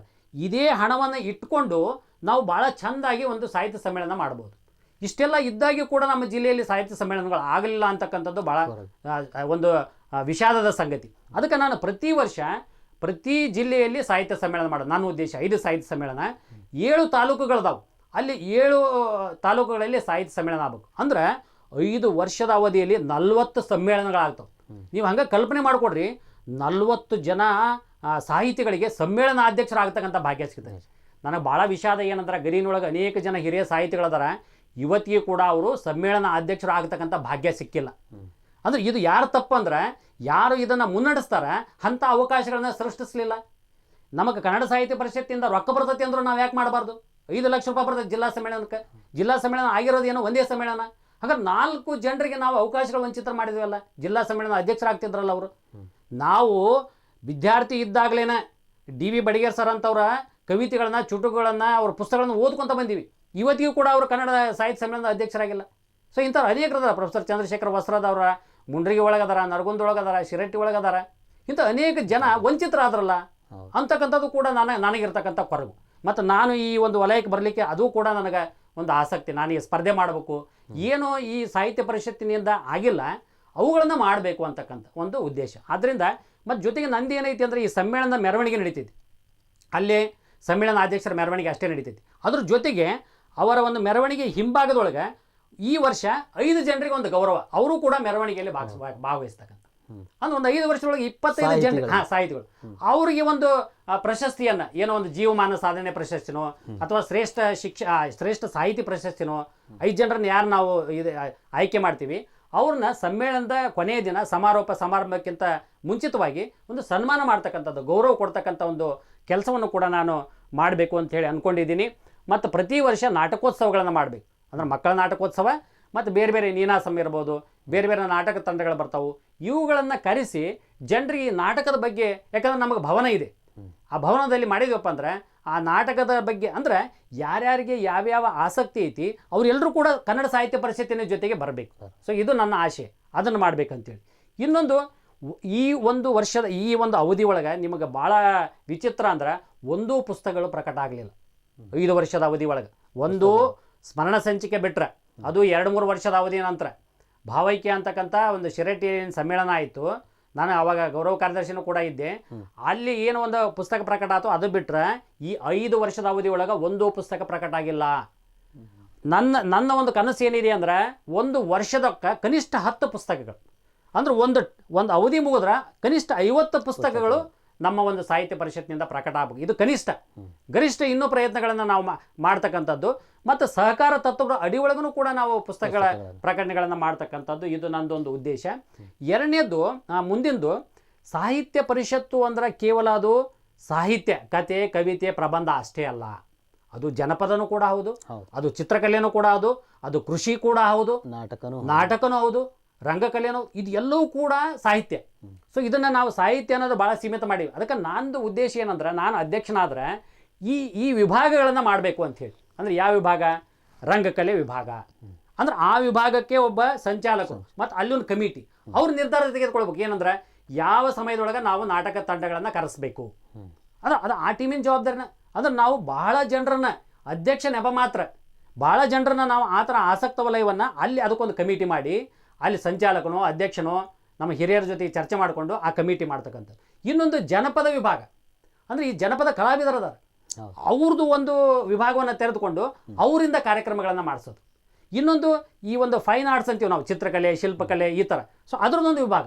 ಸೊ ಅಲ್ಲಿ ಯಾರು ಆಸಕ್ತರದಾರಲ್ಲ ಅವ್ರನ್ನ ನಾವು ಆ ಒಂದು ಚಟುವಟಿಕೆಯೊಳಗೆ ತೊಡಗಿಸ್ತಾರೆ. ಮತ್ತು ನಂದು ಭಾಳ ಮುಖ್ಯವಾಗಿ ಕೃಷಿನೂ ಕೂಡ ಸಾಹಿತ್ಯದ ಒಂದು ಭಾಗವಾಗಿ ಬರಬೇಕು ಅಂತಕ್ಕಂಥದ್ದು. ಎಲ್ಲೆಲ್ಲಿ ಹೊಸ ಹೊಸ ಕೃಷಿ ಪ್ರಯೋಗಗಳದಾವು ಅದನ್ನು ಕೃಷಿಕರಿಗೆ ಪರಿಚಯ ಮಾಡ್ತಕ್ಕಂಥದ್ದು. ಸೊ ಅದನ್ನು ಒಂದು ವಿಭಾಗ ಮಾಡಿಕೊಂಡು ಅದಕ್ಕೆ ಮುಖ್ಯಸ್ಥರನ್ನು ಮಾಡಿಕೊಂಡು ಅಲ್ಲಿ ಕಾರ್ಯಕ್ರಮಗಳನ್ನು ರೂಪಣೆ ಮಾಡ್ತಕ್ಕಂಥ. ಅದಕ್ಕೆ ನನ್ನ ಒಂದು ಚಿಂತನೆ ಏನೈತೆ ಅಂದರೆ, ಈಗ ಡಾಕ್ಟರ್ ಶಿವಪ್ಪ ಕುರಿ ಅವರ ಅವಧಿಯಿಂದ ಇಲ್ಲಿವರೆಗೆ ಪ್ರತಿ ಶನಿವಾರ ಒಂದು ವಾರದ ಸಾಹಿತ್ಯ ಅಂತೇಳಿ ಮಾಡ್ತಾ ಇದ್ದಾರೆ. ನಾನು ಇವನ್ನೇ ಇಟ್ಕೊಂಡು ಪ್ರತಿ ವಾರ ನಾಟಕಕ್ಕೆ ಸಂಬಂಧಪಟ್ಟ ಹಾಗೆ, ಒಂದು ವಾರ ಜನಪದಕ್ಕೆ ಸಂಬಂಧಪಟ್ಟ ಹಾಗೆ, ಒಂದು ವಾರ ಕೃಷಿಗೆ ಸಂಬಂಧಪಟ್ಟ ಹಾಗೆ ಆಯಾ ತಂಡದವರು ಏನು ಕಾರ್ಯಕ್ರಮ ನಿರೂಪಣೆ ಮಾಡಿ ಕೊಡ್ತಾರೆ ಅವುಗಳನ್ನೇ ಅನುಷ್ಠಾನ ಮಾಡೋ ದಿಶೆ ಒಳಗೆ ಪ್ರತಿ ವಾರ ಒಂದೊಂದು ಕಾರ್ಯಕ್ರಮಗಳನ್ನು ಆಯೋಜನೆ ಮಾಡಬೇಕು ಅಂತಕ್ಕಂಥದ್ದು ನಂದು ಮುಖ್ಯವಾಗಿರ್ತಕ್ಕಂಥ ಉದ್ದೇಶ. ಆಮೇಲೆ ಇನ್ನೊಂದು ಮುಖ್ಯವಾಗಿ ನಮ್ಮ ಸ್ನೇಹಿತರಾಗಿರ್ತಕ್ಕಂಥ ಕವಿಗಳು ಎಸ್ ಮಕಾಂದಾರ್ ಸರ್ದು ಒಂದು ಅಳುಲ್ ಐತಿ. ಏನಂದ್ರೆ ಅವ್ರು ನನಗೆ ಹಗಲೇ ಹೇಳ್ತಾರೆ, ಸರ್ ಏನು ರೀ ದತ್ತಿ ನಿಧಿಗಳು ಇಷ್ಟೆಲ್ಲ ಅದಾವು, ಒಂದು ಪುಸ್ತಕಕ್ಕೆ ಒಂದು ಬಹುಮಾನ ಕೊಡ್ತಕ್ಕಂಥ ದತ್ತಿ ನಿಧಿ ಇಲ್ಲಲ್ಲ. ಅಂದ್ರೆ ನಮ್ಮ ದತ್ತಿ ನಿಧಿ ಅದಾವ, ನಾವು ಉಪನ್ಯಾಸ ಮಾಡಿ ಕೈ ಬಿಡ್ತೀವಿ, ಆದರೆ ಪುಸ್ತಕಕ್ಕೆ ಒಂದು ಪ್ರಶಸ್ತಿ ಕೊಡ್ತಕ್ಕಂಥದ್ದು ಅಥವಾ ಯಾವುದೇ ಒಂದು ಸಾಧನೆ ಮಾಡಿರ್ತಕ್ಕಂಥ ಒಂದು ಸಾಹಿತಿಗಳಿಗೆ ಆ ಹೆಸರಿನೊಳಗೆ ಒಂದು ದತ್ತಿ ಸ್ಥಾಪನೆ ಮಾಡಿ ಪ್ರಶಸ್ತಿ ಕೊಡ್ತಕ್ಕಂಥದ್ದು. ಹಿಂಗೆ ಈ ದತ್ತಿ ನಿಧಿಗಳನ್ನು ಅದರ ಒಂದು ವ್ಯಾಪಕತೆಯನ್ನು ಬೇರೆ ಒಂದು ವಿಸ್ತರಿಸಬೇಕು ಮತ್ತು ಇನ್ನೂ ಹೆಚ್ಚು ಜನರಿಗೆ ದತ್ತಿ ನಿಧಿ ಸ್ಥಾಪನೆ ಮಾಡುವ ಹಾಗೆ ಅವ್ರನ್ನ ಉತ್ತೇಜಿಸಬೇಕು ಅಂತಕ್ಕಂಥ ಒಂದು ಕಲ್ಪನೆಯನ್ನು ಕೂಡ ನಂದಾಗಿದೆ. ಈ ಹಿನ್ನೆಲೆ ಒಳಗೆ ಮತ್ತು ಕವಿಗಳು ಆಮೇಲೆ ಈಗೇನು ಆಜೀವ ಸದಸ್ಯರ ಸಂಖ್ಯೆ ಬಹುಶಃ ನಮ್ಮದು 6,000 ಇದೆ. ಹೋದ ಅವಧಿ ಒಳಗೆ 4,500 ಇತ್ತು. ನಿಮ್ಗೆ ಗೊತ್ತಿರಲಿ, ನಮ್ಮ ಈ ಅವಧಿ ಒಳಗೆ ಆಜೀವ ಸದಸ್ಯರ ಸಂಖ್ಯೆ ಹೆಚ್ಚಿಗೆ ಆಗಿರೋದು 1,500 ಮಾತ್ರ. ಮತ್ತು 1,500 ಈ ಜಾಸ್ತಿ ಆಗಿರೋದನ್ನು ಯಾವುದೇ ವ್ಯಕ್ತಿ ಮಾಡಿದ್ದಲ್ಲ, ಇದು ಆಸಕ್ತರು ಮಾಡಿದ್ರು. ಇದು ನಾನು ಕೂಡ ಒಂದಿಷ್ಟು ಜನರನ್ನ ಆಜೀವ ಸದಸ್ಯರನ್ನಾಗಿ ಮಾಡೀನಿ. ಯಾಕಂದ್ರೆ ನಮ್ಮ ಜನರಿಗೆ ಯಾವಾಗ ಇದ್ರ ಬಗ್ಗೆ ಆಸಕ್ತಿ ಹುಡ್ತೈತೆ ಅಂದ್ರೆ ಚುನಾವಣೆ ಬಂದಾಗ ಚರ್ಚೆಗಳಾಗ್ತಾವೆ. ಅವಾಗ ಅಂದಾಗ ನಮಗೂ ಓಟ್ ಹಾಕಕ್ಕಿಲ್ಲಲ್ಲ ಅಂತ ಕೇಳ್ತಾರೆ. ಅವಾಗ ಏನು ಮಾಡಬೇಕು ಅಂದಾಗ, ಇಲ್ಲ ನೀವು ಸಾಹಿತ್ಯ ಪರಿಷತ್ತಿನ ಸದಸ್ಯರಾಗಬೇಕಂದಾಗ ಅವಾಗ ಎಷ್ಟೋ ಜನ ಸಾಹಿತ್ಯ ಪರಿಷತ್ತಿನ ಸದಸ್ಯರಾಗ. ಹೀಗಾಗಿ ಈ 5 ವರ್ಷದ ಅವಧಿ ಒಳಗೆ 1,500 ಸಂಖ್ಯೆಯಷ್ಟು ಏನಾಗಿದ್ದಾರೆ ಅಂತಂದರೆ ಸಾಹಿತ್ಯ ಪರಿಷತ್ತಿನ ಸದಸ್ಯರು ಹೆಚ್ಚುವರಿಯಾಗಿ ಬಂದಿದ್ದಾರೆ. ಇದರ ಸಂಖ್ಯೆಯನ್ನು ದ್ವಿಗುಣಗೊಳಿಸಬೇಕು. ಇನ್ನೂ ಹೆಚ್ಚು ಜನರ ಬಳಿಗೆ ಈ ಸಾಹಿತ್ಯ ಪರಿಷತ್ತನ್ನು ತೆಗೆದುಕೊಂಡು ಹೋಗಬೇಕು ಅಂತಕ್ಕಂಥದ್ದು ನಂದು ಒಂದು ಆಶೆ ಆಗಿದೆ. ಮತ್ತು ಜೊತೆಗೆ ವರ್ಷಕ್ಕೆ ಒಮ್ಮೆ ಆದರೂ ಒಂದು ಬಸ್ಸನ್ನು ಮಾಡಿಕೊಂಡು ಅಥವಾ ಒಂದು ವಾಹನವನ್ನು ಮಾಡಿಕೊಂಡು ಆಸಕ್ತ ಎಲ್ಲ ನಮ್ಮ ಸಾಹಿತಿ ಕವಿಗಳು ಕಲಾವಿದರನ್ನು ಕರ್ಕೊಂಡು ಯಾವುದಾದ್ರೂ ಒಂದು ಕವಿಯ ಸ್ಮಾರಕಕ್ಕೆ ಹೋಗಿ ಅದನ್ನು ಭೇಟಿ ಕೊಟ್ಟು ಅಲ್ಲಿ ಕಾರ್ಯಕ್ರಮಗಳನ್ನು ಮಾಡಬೇಕು. 1 ದಿನದ್ದು 2 ದಿನದ್ದು ಅಂದ್ರೆ ಒಂದು ಪ್ರವಾಸನೂ ಆಗ್ತೈತಿ, ಜೊತೆಗೆ ನಮ್ಮ ಕವಿಗಳ ಒಂದು ಸ್ಮಾರಕ ಅದನ್ನು ನೋಡ್ದಂಗೆ ಆಗ್ತೈತಿ, ಮತ್ತು ಅಲ್ಲಿ ಒಂದು ಕಾರ್ಯಕ್ರಮ ಆಗ್ತೈತಿ. ಸೊ ಈ ಥರದ ಒಂದು ವರ್ಷಕ್ಕೆ ಒಮ್ಮೆ ಈ ಥರದ ಒಂದು ಸಂಚಾರವನ್ನು ಮಾಡಬೇಕು ಅಂತಕ್ಕಂಥದ್ದು. ಮತ್ತು ನಮಗೆ ಯುವ ಬರಹಗಾರದಾರ ಭಾಳ ಜನ. ಸೊ ಅವ್ರಿಗೆ ಯಾವ ರೀತಿ ಬರೀಬೇಕು ಅನ್ನೋದು ಗೊತ್ತಿಲ್ಲ. ಇವತ್ತು ವ್ಯಾಟ್ಸಪ್ ಗ್ರೂಪ್ ಆಗಿಂದ ಬರೀತಕ್ಕಂಥವ್ರ ಸಂಖ್ಯೆ ಭಾಳ ಅಧಿಕ ಐತಿ. ಸೊ ಅವ್ರಿಗೊಂದು ಮಾರ್ಗದರ್ಶನ ಮಾಡ್ತಕ್ಕಂಥ ರೀತಿ ಒಳಗೆ ಕಮ್ಮಟಗಳನ್ನು, ಕಾರ್ಯಾಗಾರಗಳನ್ನು, ತಜ್ಞ ಸಾಹಿತಿಗಳನ್ನು ಕರೆಸಿ ಮಾಡಬೇಕು ಅಂತಕ್ಕಂಥದ್ದು ನಂದು ಒಂದು ಆಶೆ ಆಗಿದೆ. ಮತ್ತು ಜೊತೆಗೆ ಕನ್ನಡ ಸಾಹಿತ್ಯ ಪರಿಷತ್ತಿನ ಆಶೆಗಳನ್ನು ಇಟ್ಟುಕೊಂಡು ಇನ್ನೂ ಅನೇಕ ಸಾಹಿತ್ಯಿಕ ಸಾಂಸ್ಕೃತಿಕ ಸಂಘಟನೆಗಳು ನಮ್ಮಲ್ಲಿ ಅದಾವೆ. ಅವರು ಕೂಡ ಸಾಹಿತ್ಯಿಕ ಕಾರ್ಯಕ್ರಮಗಳನ್ನು ಮಾಡ್ತಾರೆ, ಸಾಹಿತ್ಯ ಪರಿಷತ್ತಿನಿಂದ ದೂರ ಅದ. ಸೊ ಆದ್ದರಿಂದ ಅವರೆಲ್ಲರನ್ನೂ ಕೂಡ ಸಾಹಿತ್ಯ ಪರಿಷತ್ತಿನ ತೆಕ್ಕೆಯೊಳಗೆ ತೆಗೆದುಕೊಂಡು ಬಂದು ಅವರ ಸಹಯೋಗದೊಳಗೆ ನಾವು ಕಾರ್ಯಕ್ರಮಗಳನ್ನು ಮಾಡ್ತಕ್ಕಂಥದ್ದು.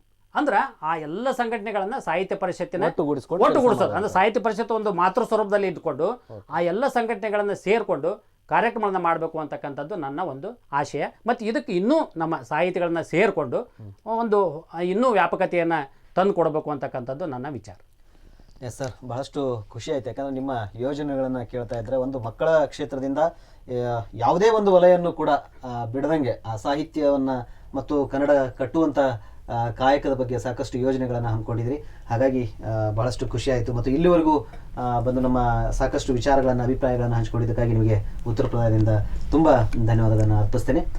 ಓಕೆ ವೀಕ್ಷಕರೇ, ಸಾಕಷ್ಟು ವಿಚಾರಗಳನ್ನು ಕುರಿತು ವಿವೇಕಾನಂದ ಗೌಡ ಪಾಟೀಲರು ತಮ್ಮ ಅಭಿಪ್ರಾಯವನ್ನು ಕೂಡ ವ್ಯಕ್ತಪಡಿಸಿದರು. ಇನ್ನು ಮುಖ್ಯವಾಗಿ ಇವತ್ತು ಮತಯಾಚನೆ ಮಾಡುವಂಥ ಸಂದರ್ಭದಲ್ಲಿ ಯಾವೆಲ್ಲ ಯೋಜನೆಗಳು ಹಮ್ಮಿಕೊಂಡಿದ್ದಾರೆ ಮತ್ತು ಸಾಹಿತ್ಯಕ್ಕೆ ಪೂರಕವಾಗಿರುವಂಥ ಯಾವೆಲ್ಲ ಚಟುವಟಿಕೆಗಳನ್ನು ಹಮ್ಮಿಕೊಳ್ಳುವಂಥ ತಯಾರಿಯಲ್ಲಿದ್ದಾರೆ ಅವರ ಒಂದು ಕಲ್ಪನೆಯನ್ನು ಕೇಳ್ತಾ ಇದ್ರೆ ಬಹಳಷ್ಟು ಖುಷಿ ಆಯಿತು. ಹಾಗಾಗಿ ಇಂಥ ಹಲವು ವಿಷಯಗಳನ್ನು ಕೂಡ ಮುಕ್ತವಾಗಿ ಅವರು ಕೂಡ ನಮ್ಮೊಟ್ಟಿಗೆ ಮಾತಾಡಿದ್ದಾರೆ. ಹಾಗಾಗಿ ಮತ್ತೆ ಉತ್ತರ ಪ್ರಭಾದ ಪ್ರತ್ಯುತ್ತರ ವಿಶೇಷ ಕಾರ್ಯಕ್ರಮದಲ್ಲಿ ನಿಮ್ಮನ್ನ ಭೇಟಿಯಾಗ್ತೀನಿ. ನಮಸ್ಕಾರ. ಉತ್ತರ ಪ್ರಭಾ, ಇದು ಪ್ರತಿಮನದ ಪೈರು.